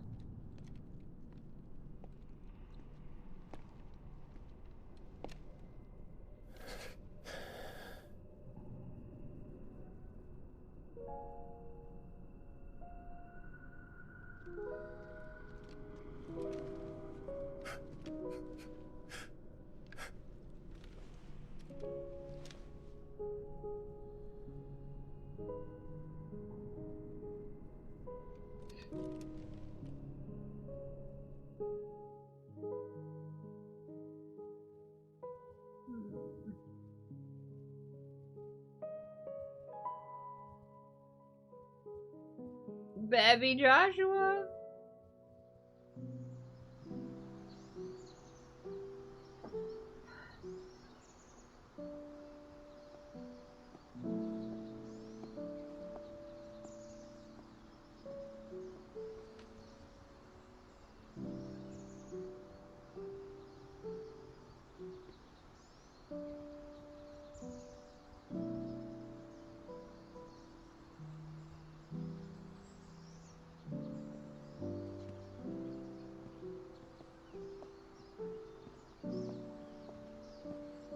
It's hard to think they were ever that young.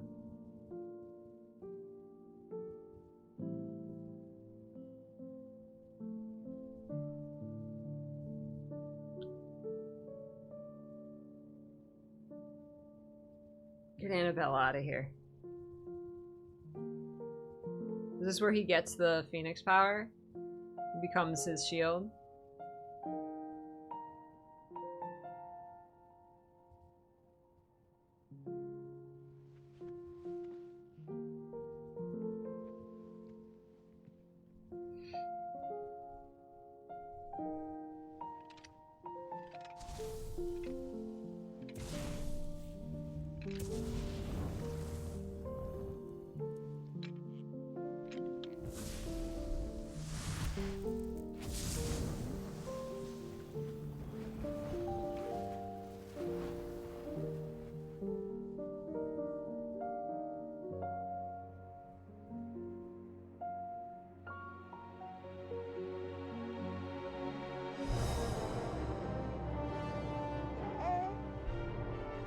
the baby. Creepy baby. Aww. We just keep going back. Get younger and younger.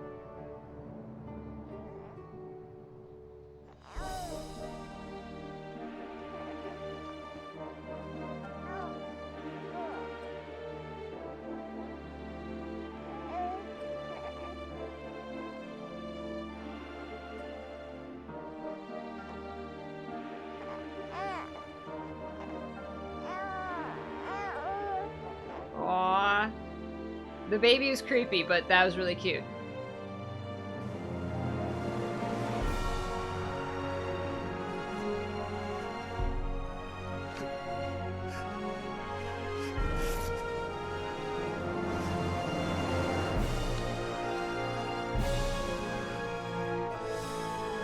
Aw. Okay, they were right to show the creepy baby.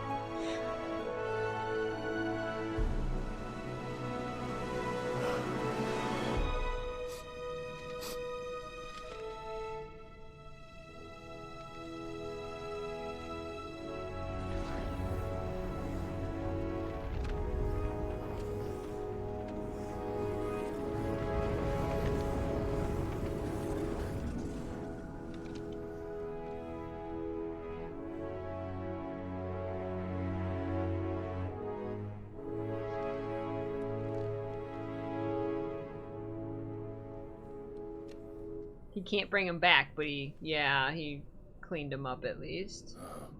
Closed the wound from Ultima. It seems Ultima's power was too great for this vessel all along. But while I have it, perhaps I can use it to set things right. And see Ultima's legacy. Bearers, dominance, crystals, magic, consigned to the flames.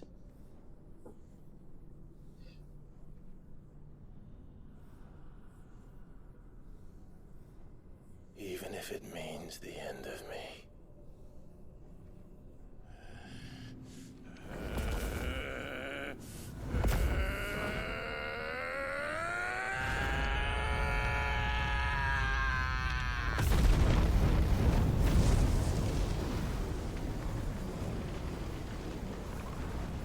Five.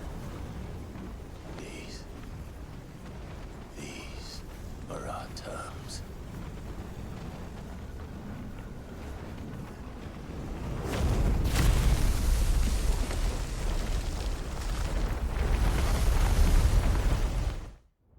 He's just gonna destroy the whole crystal. I thought he was just gonna destroy the center, not the whole crystal.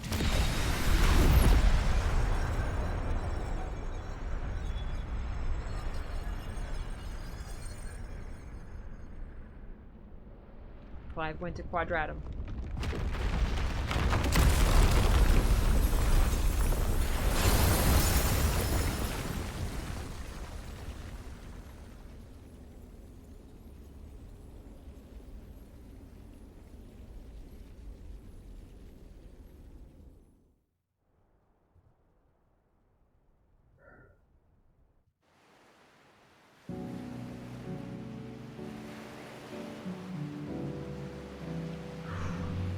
Okay, I need to, I need to use the restroom real quick. Give me like 30 seconds. I'll be right back. Oh my god. I need to breathe.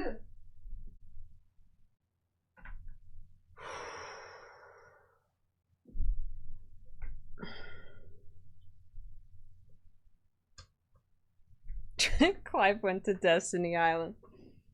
Oh my god. Okay.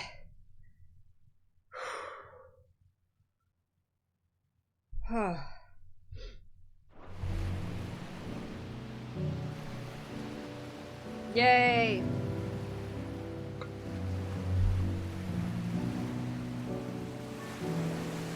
Oh, he made it. He washed up the shore.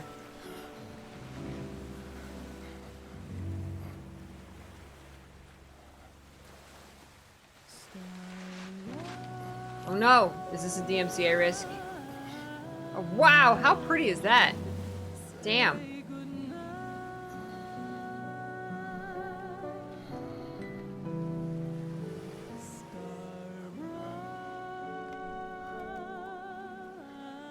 Oh, the next song is? Oh, okay. Thank you.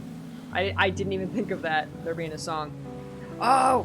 Oh! Oh! Oh! Oh! Oh! He got the stone hand. Oh, no!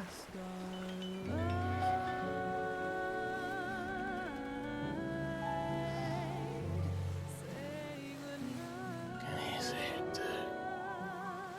Jill.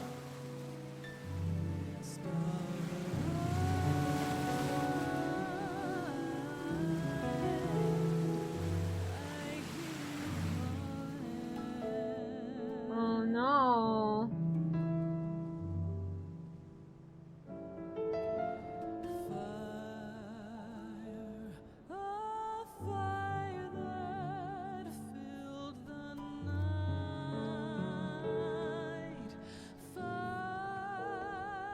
Did they recover him? Is he in there?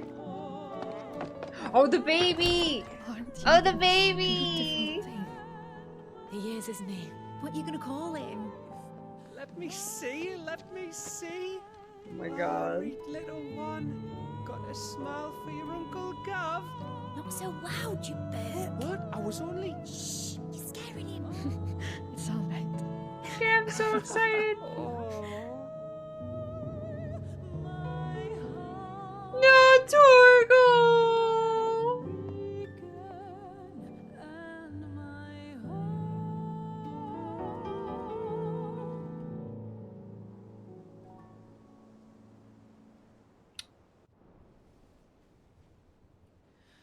A sky of scattered tears, Just look at that. 1,000 years apart. Should they fade, I will not be afraid of the dark. For If you need a rest, I can take him. I'll hold you to that. me deep within my heart, showing The world's yours now. Yours to do with as you please. That's what Sid wanted. That's what they both wanted.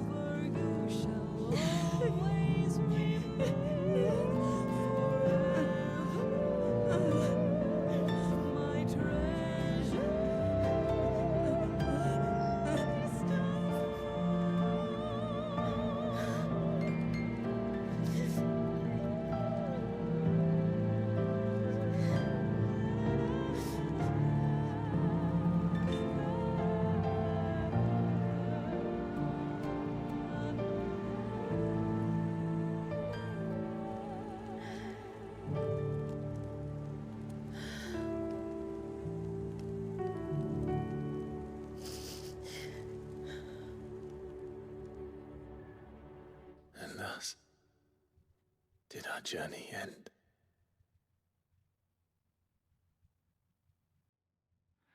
Oh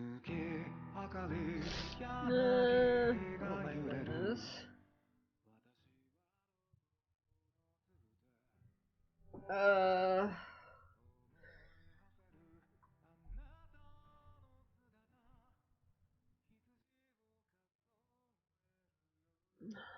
Wow. Oh my god.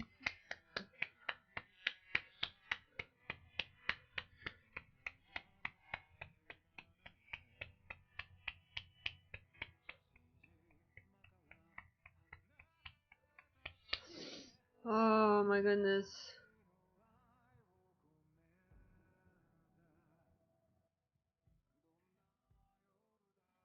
like the song. Oh my god.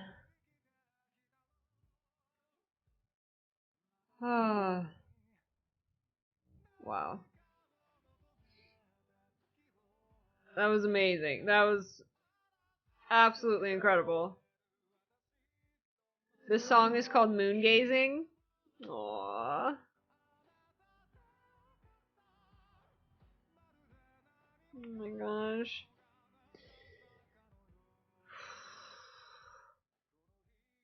I'm exhausted. This was so good. This was so good. This might be your new favorite game ever. Oh, yeah, Game of the Year. It is going to be a crazy fight for Game of the Year between this and Tears of the Kingdom and Baldur's Gate 3. There's so many incredible games that came out this year. Hey, at least Goots is alive. That's what matters. And Torgal.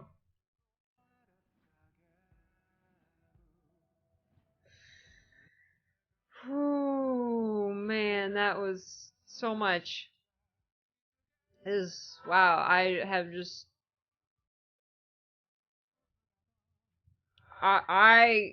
I'm all for like characters sacrificing themselves. Of course I'm very sad that all three of them died, but I think it was a fantastic. And it's about sacrifice, right?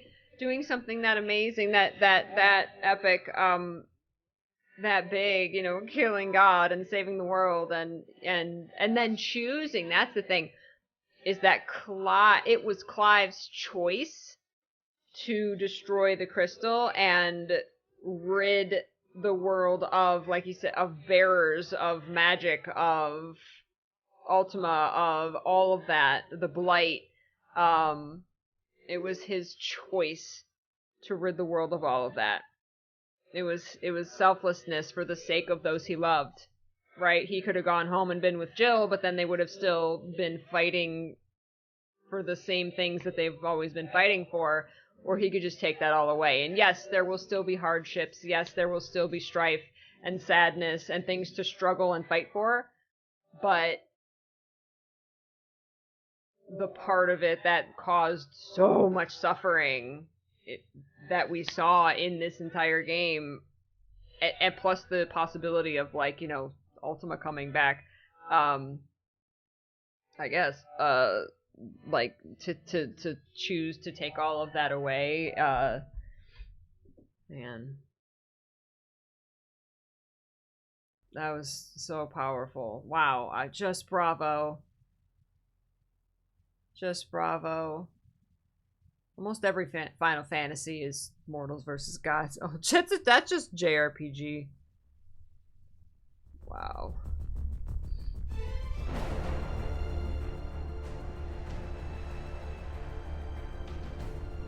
Oh my gosh. This was incredible. In your headcanon, they're all alive and happy. I'm sure there will be much fan fiction about, what if they all lived, of course, and went back and, got heroes' welcomes. And that's great, that's great. But to me, it's more impactful, when they don't. I often think that too many stories, especially video games, ongoing video games especially, don't kill main characters enough. Not that I want them to die, but it tells a powerful story, and then it's compelling. It's compelling and it's exciting when you don't know if your favorite character is going to live. And that feeling of, like, you have trepidation about anything that they do because you don't know if they're going to survive. Like, that's exciting. I've seen enough stories where everyone lives and it's happily ever after. I like that, that's great and that's good. But like, it's kind of like been there, done that. So, like, show me some stories of true sacrifice. Show me some stories where, you know, it's not a happily ever after. But it was for the greater good. It's not like, oh, just they died and nothing would have been different if they didn't. Like, they're, like, they were both sacrifices. Like, you know, Dion, and choosing, too. Dion choosing to sacrifice himself by bringing them there as a means of atonement for what happened to his kingdom. And he got to fight! I thought he was just gonna fly him there, drop him off, and that would be it. But, like, Dion got to fight in that first fight and do, like, serious damage, and even, like, and he died protecting Joshua, who was protecting Clive. It was beautiful. It was beautiful. Oh my gosh. Loved it, loved it, loved it.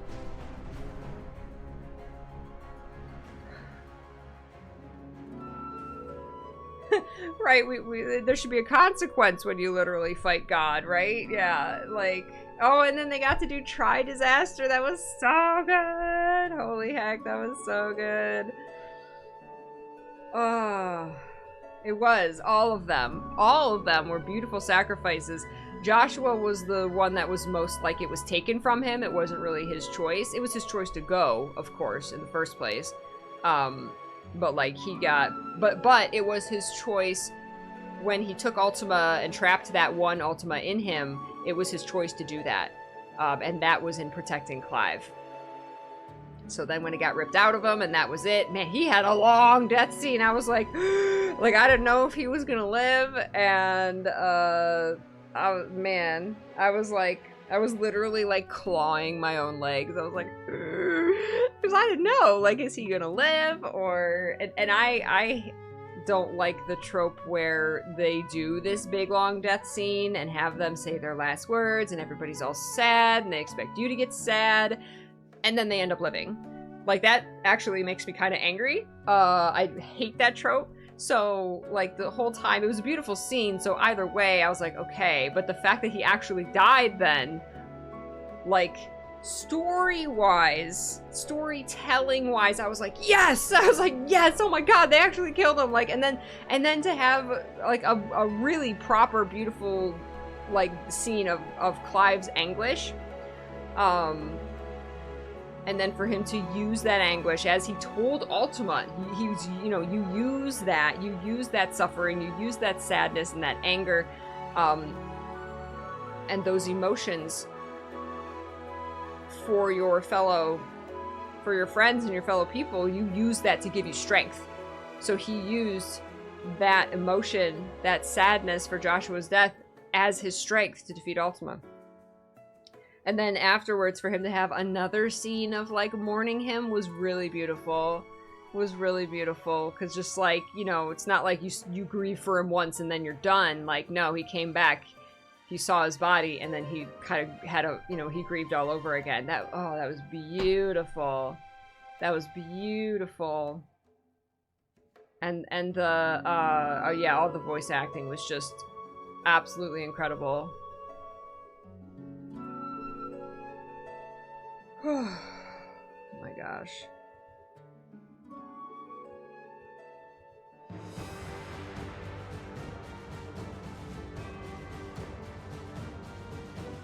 Did you read about, excuse me, oh my gosh,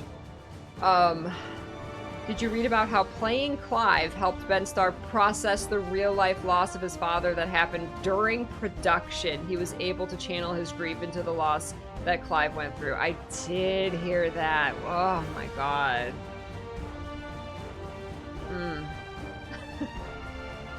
The whole cast was phenomenal.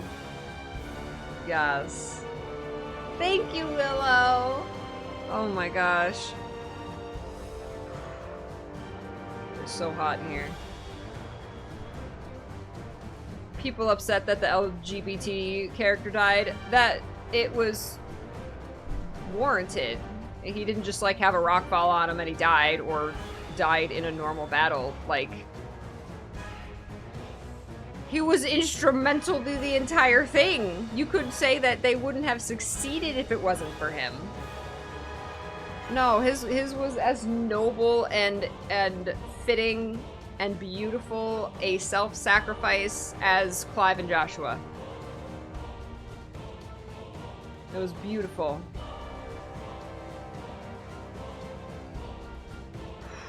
Right, all three of them that went up there went out on their terms. Yes. Yes, they went up there because of their choices, and Dion got to atone.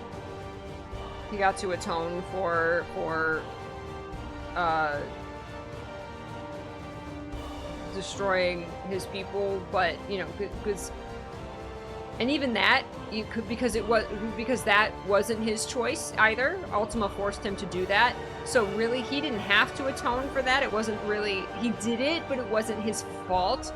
Like it wasn't his doing, but still wanting to atone for it was his choice. He chose to atone for that. Yes, Dion is like a paladin. Absolutely honor bound to do what's right. Yes. Yes. Good night, Arya. Thank you all for being here for this. Wow. You played it with Japanese voice and want to play it again with English? That'd be, oh man, that's great. That'd be so cool. But then you would miss out on Sid's voice. But I'm sure the Japanese is great too. Joshua DLC. I will play any DLC. Any DLC that comes out for this. It would have to be like a flashback though, right? It wouldn't have to be. I want the Gab DLC.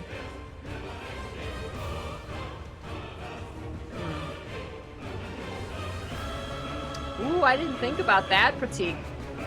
Dion and Clive were so similar. Both lost control of their power and destroyed their own people and then had to atone for it. I didn't think about that. Yeah. That's the same thing happened to both of them.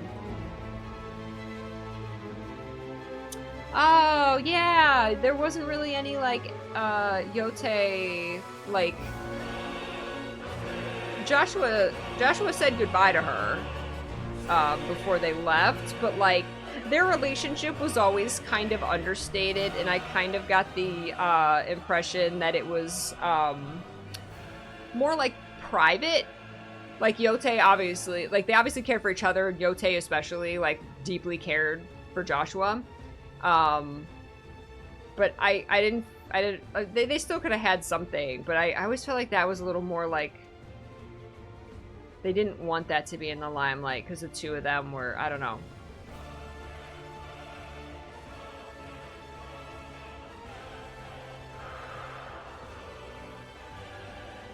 Oh, this music. Oh my god. Oh my god, the music in this game. When is the soundtrack coming out?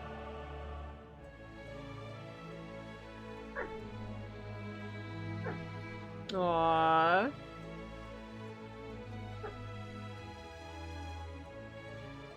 Well, that's the nice thing about these fictional stories is you can imagine what a happy ending where they all came back and everyone lived. Like, you can do that. You can create that on your own, right? You have the freedom to do that and imagine a happier ending.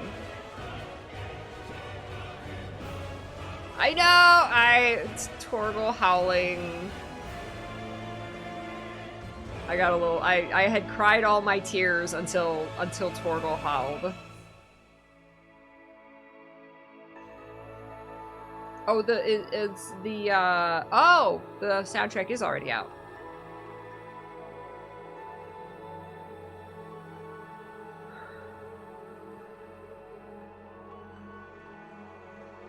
Right. Even though, Dion, Clive, and Joshua, you know, meant a lot to everybody back in, the Hideaway, they have each other. They have each other, and that's, like, that's what it was about, was that, you know, people coming together despite their differences, and treating each other like equals and working together for a better world, and they all have each other. And there was even new life. I love that they had the baby born at the end. That was so fitting. Like, there's death, but there's also new life.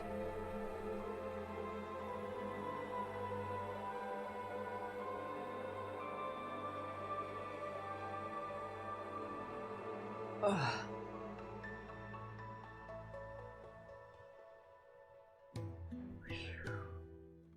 Yay! Yay to everybody. I'm gonna eat my zucchini bread and reflect. God, that was so good!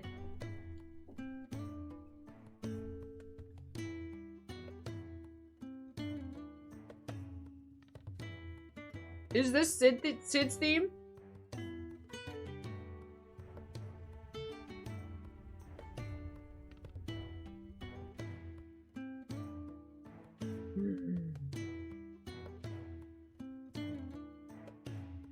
Yeah, I don't know if there will be a post-credit scene. There doesn't need to be one.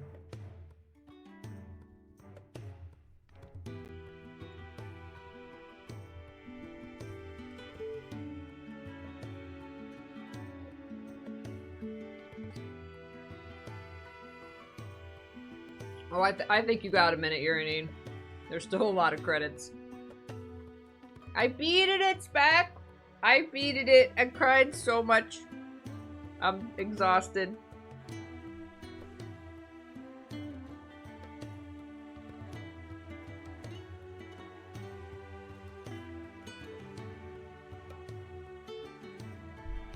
Yeah, everybody hydrate.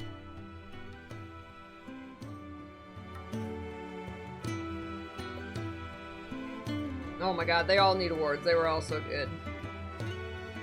Everyone, all the voice acting was so good.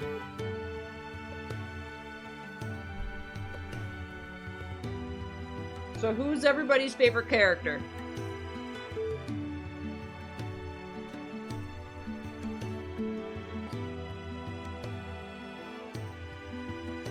Besides Torgal. No, Torgal. You can say Torgal.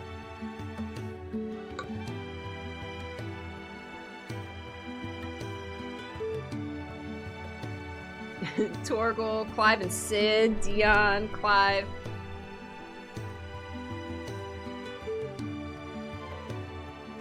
Torgal, Clive and Joshua, Dion, and Torgal, Clive, Kihel. I'm Kihel, yes. Dion, Byron. Byron was amazing. Joshua, Mid. Clive. 100% Gav. Gav is best boy. Absolute best boy Gav. Oh my god, he's so fantastic. Torgal and Sid. The evil ma. No, Annabella. No, she could be your favorite character. It's fine. Uncle Byron was the best uncle ever. He was so supportive and, like, enthusiastic. Tarya. Goots, yes. Adopt Goots. Big Brother, Gav. All of the main cast plus the delivery boy. Gav? No, delivery boy?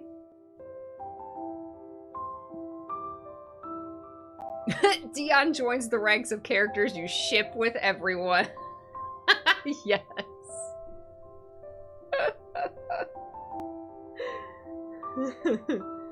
No, Annabella was a fantastic character. Yeah, she was. No, she was a fantastic character. Like, so easy to hate, man. And just her, like, her cool, confident personality. Like, so sure in what she was doing. So,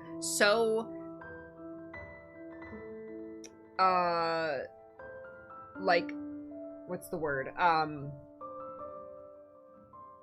She was so fine with being evil. She was like, yeah, I am a devious, evil mofo, and watch me. The Veil Courtesans. Seen people thirst over both Barnabas and Sleipnir. Oh. Barnabas, one of the hottest characters in the game in an evil villain way. Yes. He's that evil villain that you hate, but at the same time you're like, take me, Barnabas.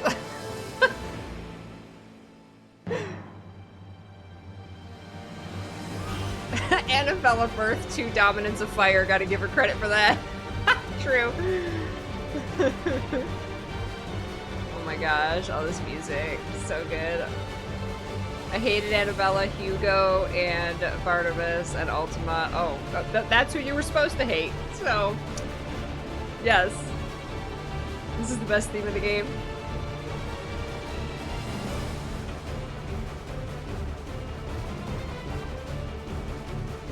Barnabas can have this peach! Oh my god. Cyril of the Undying, the hooded guy, is Fortune. No? Really? Oh my gosh. Barnabas, all his ghosts were naked. Including his mother.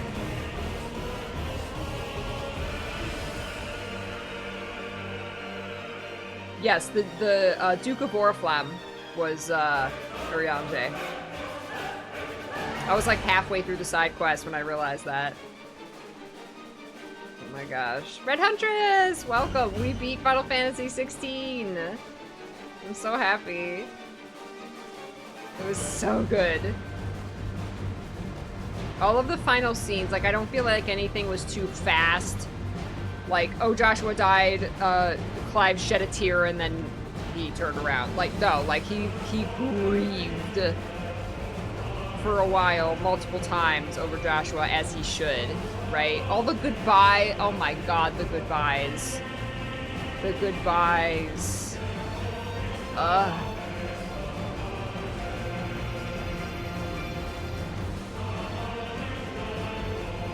I love that. So a lot of the 14 VAs were sounds like a lot of side characters in this game. That's awesome. That NPC that yelled about the peaches? Oh, I vaguely remember that. What was that? Do I remember that? Did I see the peaches NPC?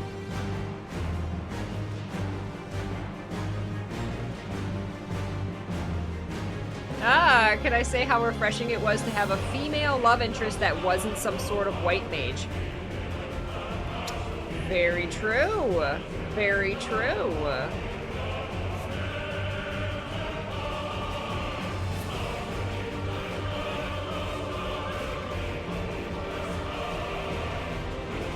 Estinian was the tutorial Dragoon boss? Yes. Yes. We recognized that in the beta.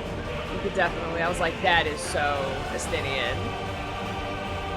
Playing the Dragoon.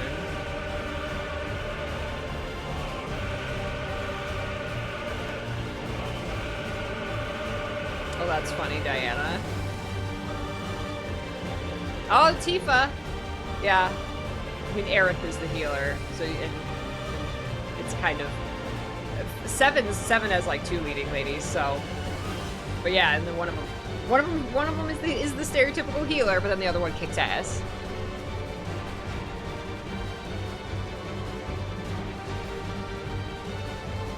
The best side quest was the baker, the one that made the bread with like the hole in the middle that looked like the...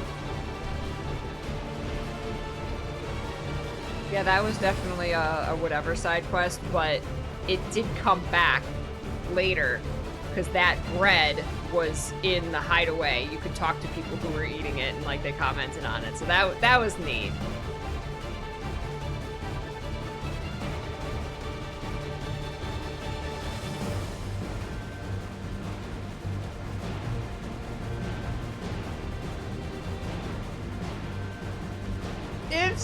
If 16-2, where Jill's a pop star. Favorite side quest was the Torgal quest. That, yes. Yes. Torgal. That made me cry. Definitely one of the best side quests. My god, there were so many good characters in this game. I don't know if I have, like... Besides Torgal. If I had to name, like, one. like favorite character, like my number one favorite character.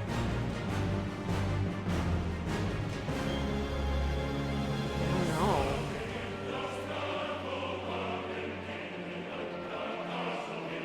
I like so many of them. I had to list, like, we definitely need a Torgal DLC. It's very hard. My goodness. If I had to do, like, a top 5 favorite character, man, no, that's so hard. Definitely among my favorite characters, Clive, Sid, Torgal, Gav, Dion, Goots, Joshua,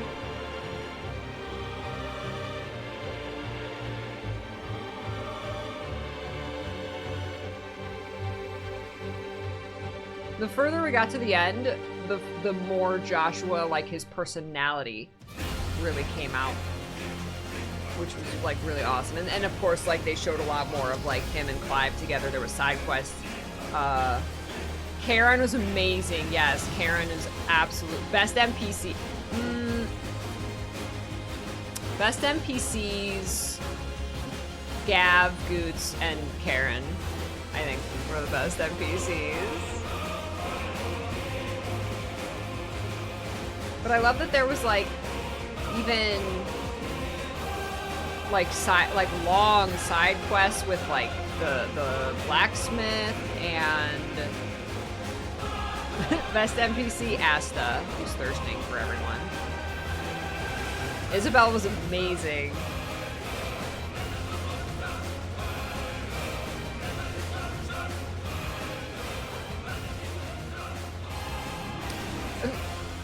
Technically, yes, everyone outside of Clive is an NPC. Not a party member. But see, even like Gav, like you even got to go out and like fight with Gav. You got to fight with Byron.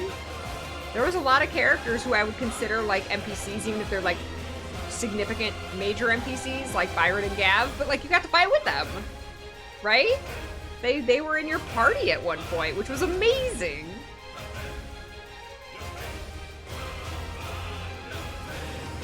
Yeah, they really went deep into Blackthorn's, like, history.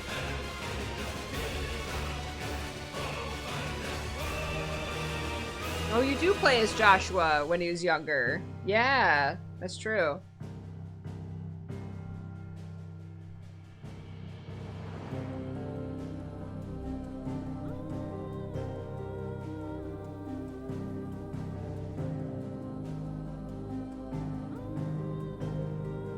I think there was a couple battles. There were battles where we fought with Dion. But yeah, I don't think Dion was ever like a party member that we were like going around the open world with. Yeah. But we did fight with him.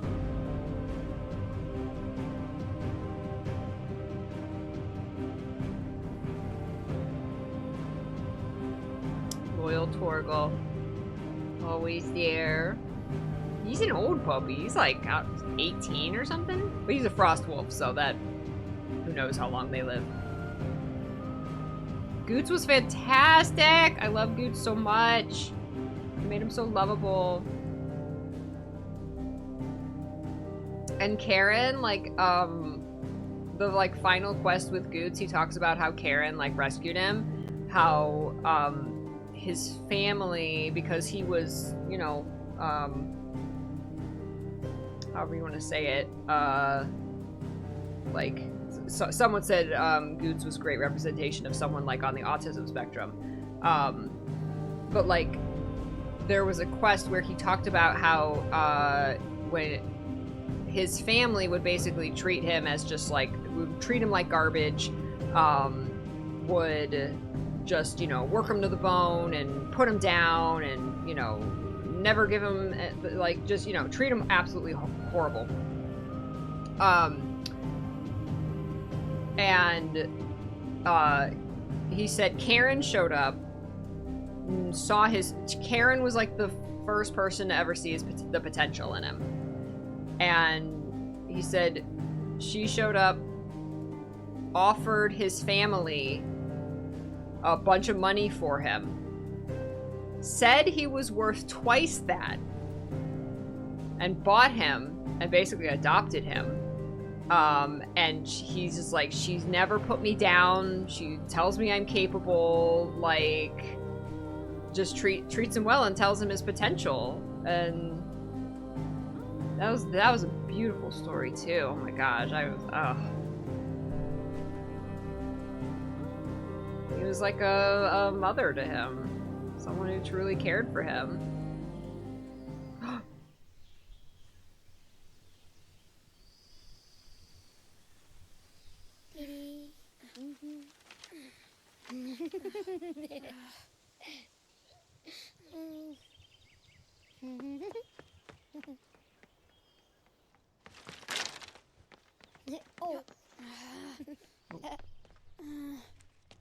Every time. Will you light it? Yes, Mother.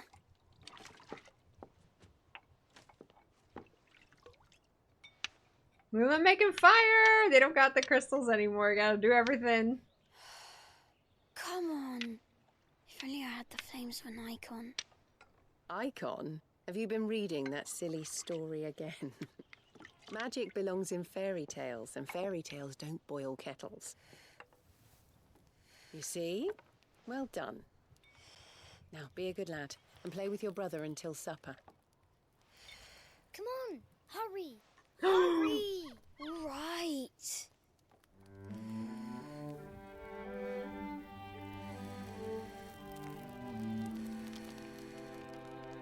It's like a little Clive.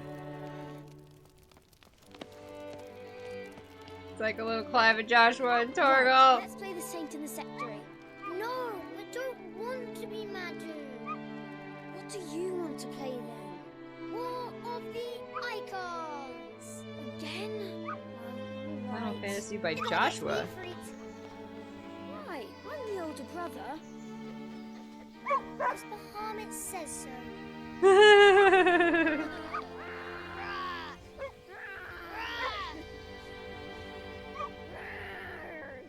Wait, did Joshua live?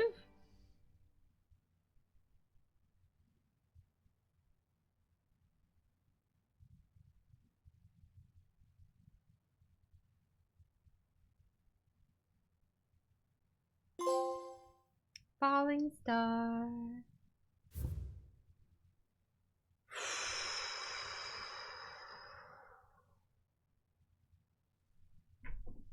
Oh my gosh.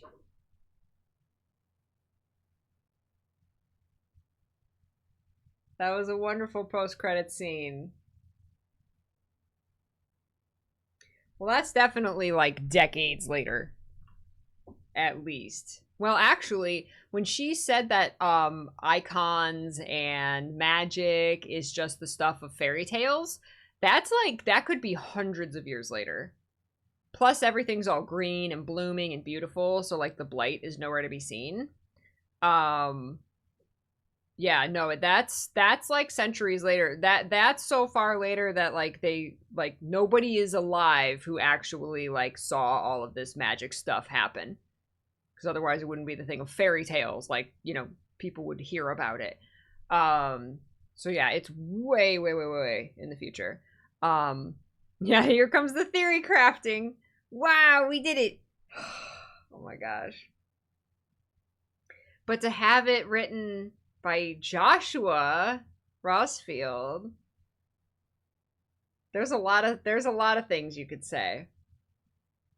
You could say that somehow Joshua survived and actually wrote it.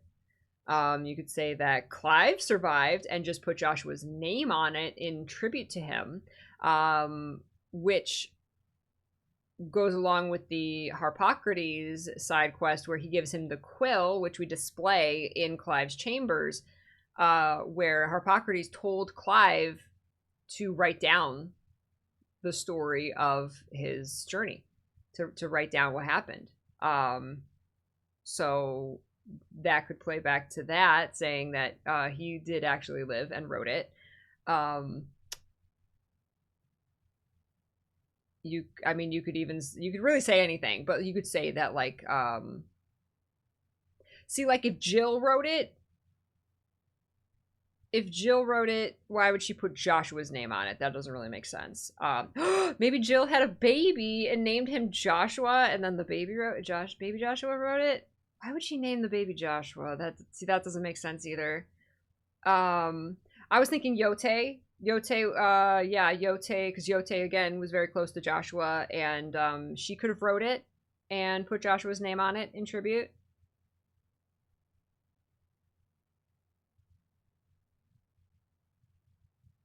I mean, Clive did heal Joshua. He did use the Phoenix power to heal him. There was the whole explosion thing. So, but... Man. Oh! What? How cool. You can make your own. You can make your own theory. You can make your own theory of who wrote that. That's amazing. I love it. I love it. I want to believe Joshua lived. Typical anime open-ended ending. Yep. That's so cool. You can see that, like, the world went back to normal. That shows that Clive's, all of their sacrifice was not in vain, but especially Clive making the decision to rid the world of magic and gods and icons and all, and bearers and all that. That's what he wanted. That world that we just saw is exactly what Clive chose to sacrifice himself for. So that is beautiful. That is beautiful. Yay! I like that has the completed save file has Clive and Torgal. New Game Plus is available from the title screen. This option allows you to start a new game with player and item data carried over from a previous completed playthrough. Gameplay mode Final Fantasy is also available for use exclusively with New Game Plus. Final Fantasy gameplay mode offers the following: increased enemy strength and increased player level cap, new gear and items, mode exclusive content. Mode exclusive content. This mode is recommended for players who wish to test their limits. Wow. Oh, and it's a new title screen theme? That thing in the background, isn't that like Ultima's? Wow. And the logo is Clive and Joshua.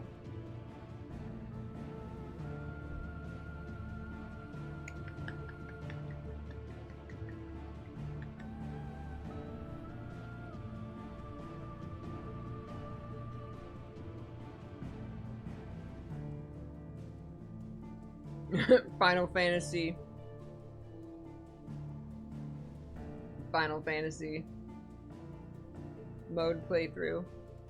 No time. No time. We gotta play Pikmin 4. And then the Guild Wars 2 expansion.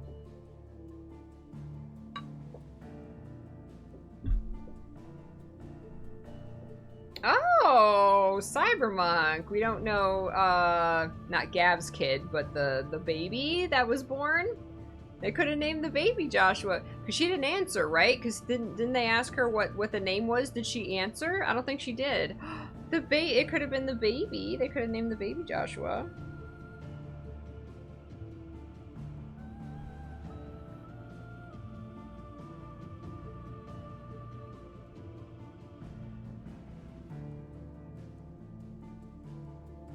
I like that they left that open, so there's another theory.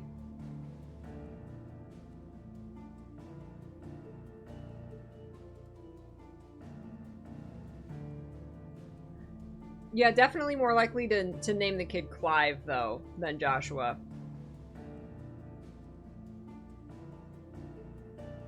She totally named it Gab Jr.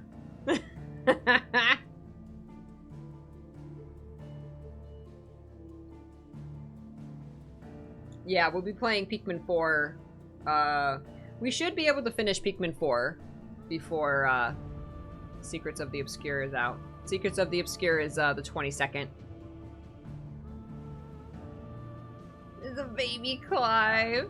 I love that. That was so cute. The two brothers who were playing. The older one had dark hair and the younger one had blonde hair. And then there was a puppy. That was so good. That was so good.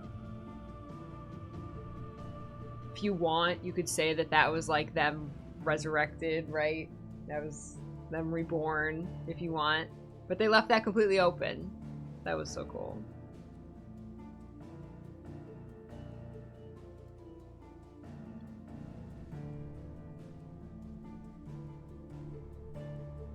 Yeah, no, even if Clive survives, Clive and Jill naming their kid Joshua is still weird to me. Starfield, no plans to play Starfield, no. Yeah, what would the DLC be? I think the DLC, it would definitely be like a side story, right?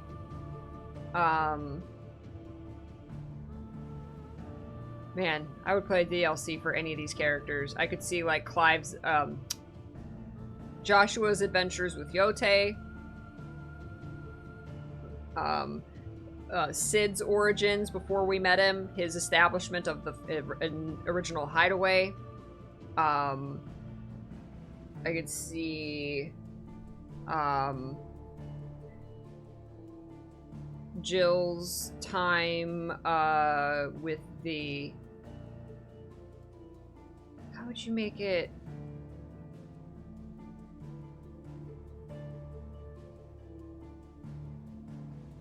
Hard to think of one for Jill. It's not like Jill's time being enslaved, but because it's not like she made a big like escape at the end, right? Like Clive saved her. Clive was actually sent to kill her and then recognized her and didn't. I don't know. I think that would just be a depressing DLC. Definitely a Torgal DLC. Absolutely a Torgal DLC. Just Torgal's happy adventure. Or sad adventure looking for Clive. That the cutscene where he the side quest where Torgal never stopped looking for Clive after Phoenix Gate and brought the found things of Clive's and like the sword and stuff, the sparring sword, and brought them to the treehouse that they would go to. Oh my god. Shut up. That's so sweet.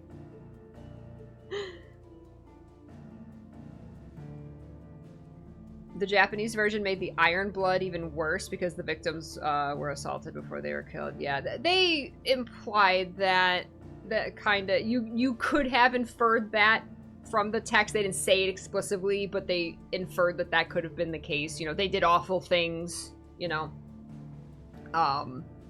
Yeah. Oh, really? Yoshi P mentioned if they did a DLC, they would want to do a Sid DLC. Did he say that? Oh my god. Hello, I'm here for a Sid DLC.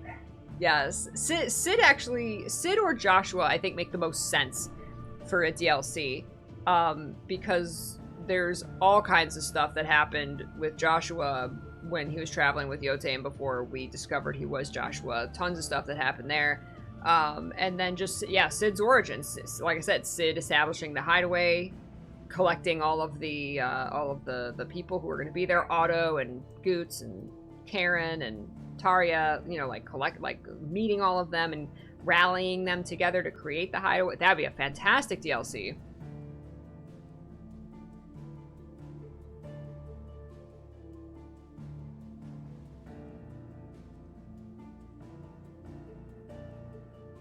Mm-hmm. Both of those would be really good.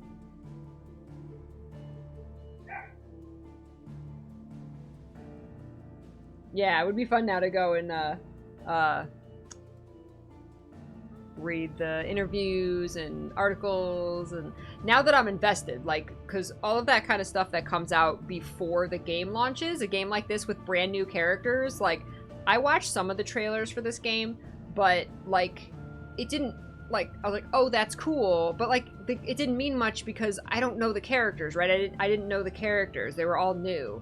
So it was just kind of like, okay, there's a guy and there's his brother and there's a girl and there's this other guy, right? Like, I didn't know them. So, like, It wasn't like I was invested in the characters or the story before playing it. I was just like, ooh, Icon Battle's cool. Ooh, Final Fantasy XVI. Yeah, I'm gonna play it. It'll be good, right?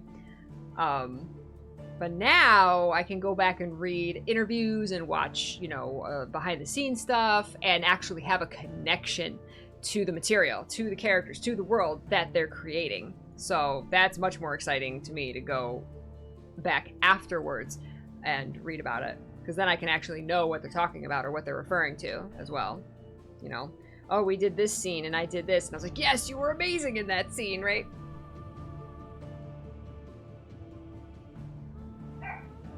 Woof, Mr. Biscuit. All right, I need to go. It is insanely hot in here, and I am melting, and emotionally exhausted. Woo, boy, the tears. I am very glad that it brought the tears. Success. I put my PlayStation to rest. Mr. Biscuit. Come here, Biscuit. Thank you so much for experiencing this game with me. It was so much fun. Oh my god. Definitely one of my games of the year. Well, definitely one of my games of all time. Like, would recommend to anybody who enjoys action RPGs and a fantastic story. Just out of this world cinematic. I literally don't think I've ever played a game with cinematics like this. Like, that went to these lengths and this epicness. Like, it just blew my mind. Bahamut fight is still my favorite. There you go. What was your favorite fight? Bahamut was definitely the best fight. I think then Ultima. I think Ultima was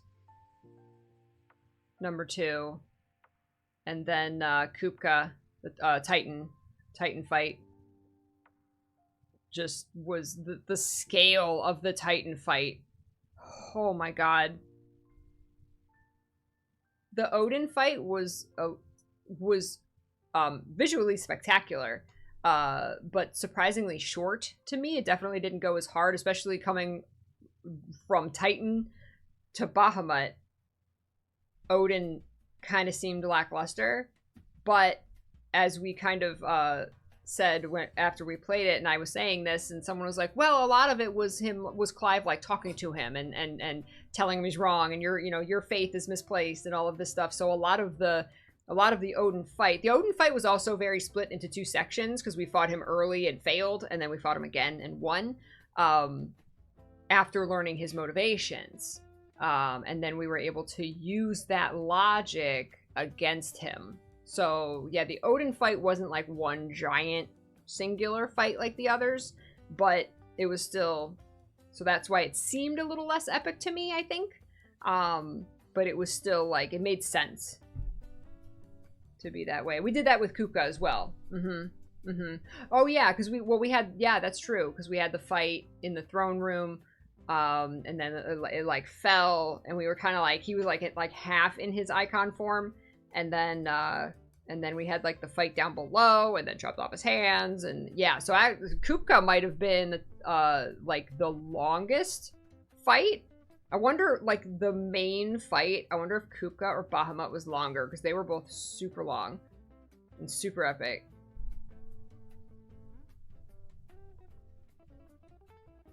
It was weird for when Odin went Xenos out of nowhere. He was like, you could tell he was like losing it toward the, like he was so dedicated to this like religious zealotry that like I felt like at the end he kind of like had nowhere to go but insane. Like, and it was part of like, he did absolutely go Xenos though. You're right. Yeah. He went like, because he was so powerful. He is like Xenos in 14, right? Because he's so powerful. Like, because we just see him. I mean, he kicks Clive's ass the first time we meet him. Completely decimates him. And, like, so it's kind of like no one can oppose me. But at the same time, he's not working for himself. He's working for Ultima. And so, I don't know. He was such an interesting character. I loved him. I love Barnabas. Hi, Chris! Bahamut didn't overstay his welcome in his fight. Yeah, yeah. The Titan fight might have been longer. but I felt like that was very warranted because it's Titan, right? Like, you were literally, like, fighting a mountain. And it took a long time to wear that mountain down. But that made sense for Titan, right? It made sense for that icon. That's what that fight should be. Yes, it did drag on, but I thought, I was just like, yeah, it would take this to take down Titan.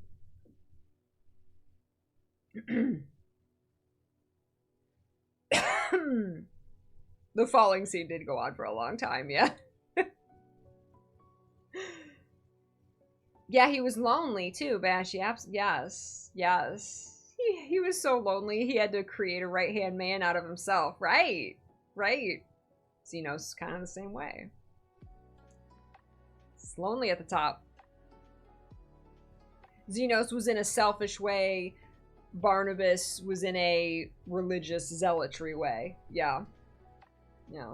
Look at that Skipper. She's a good girl. Are you my Torgal?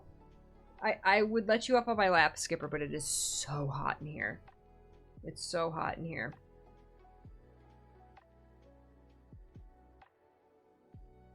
Oh yeah, even like Ifrit was super small compared to Titan. He was literally a mountain. Titan was like a mountain with tentacles. Oh my goodness. Alright, my beautiful peaches, I'm gonna go. I stream on Sundays, Tuesdays, and Fridays. So I will be back on Tuesday. We're going to be continuing Pikmin 4 on Tuesday. Now that Final Fantasy XVI is finally wrapped up, we have already played one stream, the first couple hours of Pikmin 4. We did that on launch day a couple weeks ago. So we're gonna play that game until we beat it, and that should take us right to the Guild Wars 2 expansion on the 22nd. So that's what we got coming up. Bye, Chris. It was so good to see you. Thank you, everyone. Thank you, Ren, Diana, Willow. Have a wonderful rest of your day. Stand by. Regal Peach, RJ, James, Bashy Bunny, everyone. Stand by. Everyone who's here. I appreciate you. Pratik, thank you for hanging out. Crystal Peach. Good night, Crystal Peach. Enjoy your Sunday night and your Monday, your start to the week. And I will see you all on Tuesday. Thank you so much for all of the love and support today. And I hope you stay happy and healthy and peachy and all things good. Enjoy your video games. All right? Okay. Bye. Good night.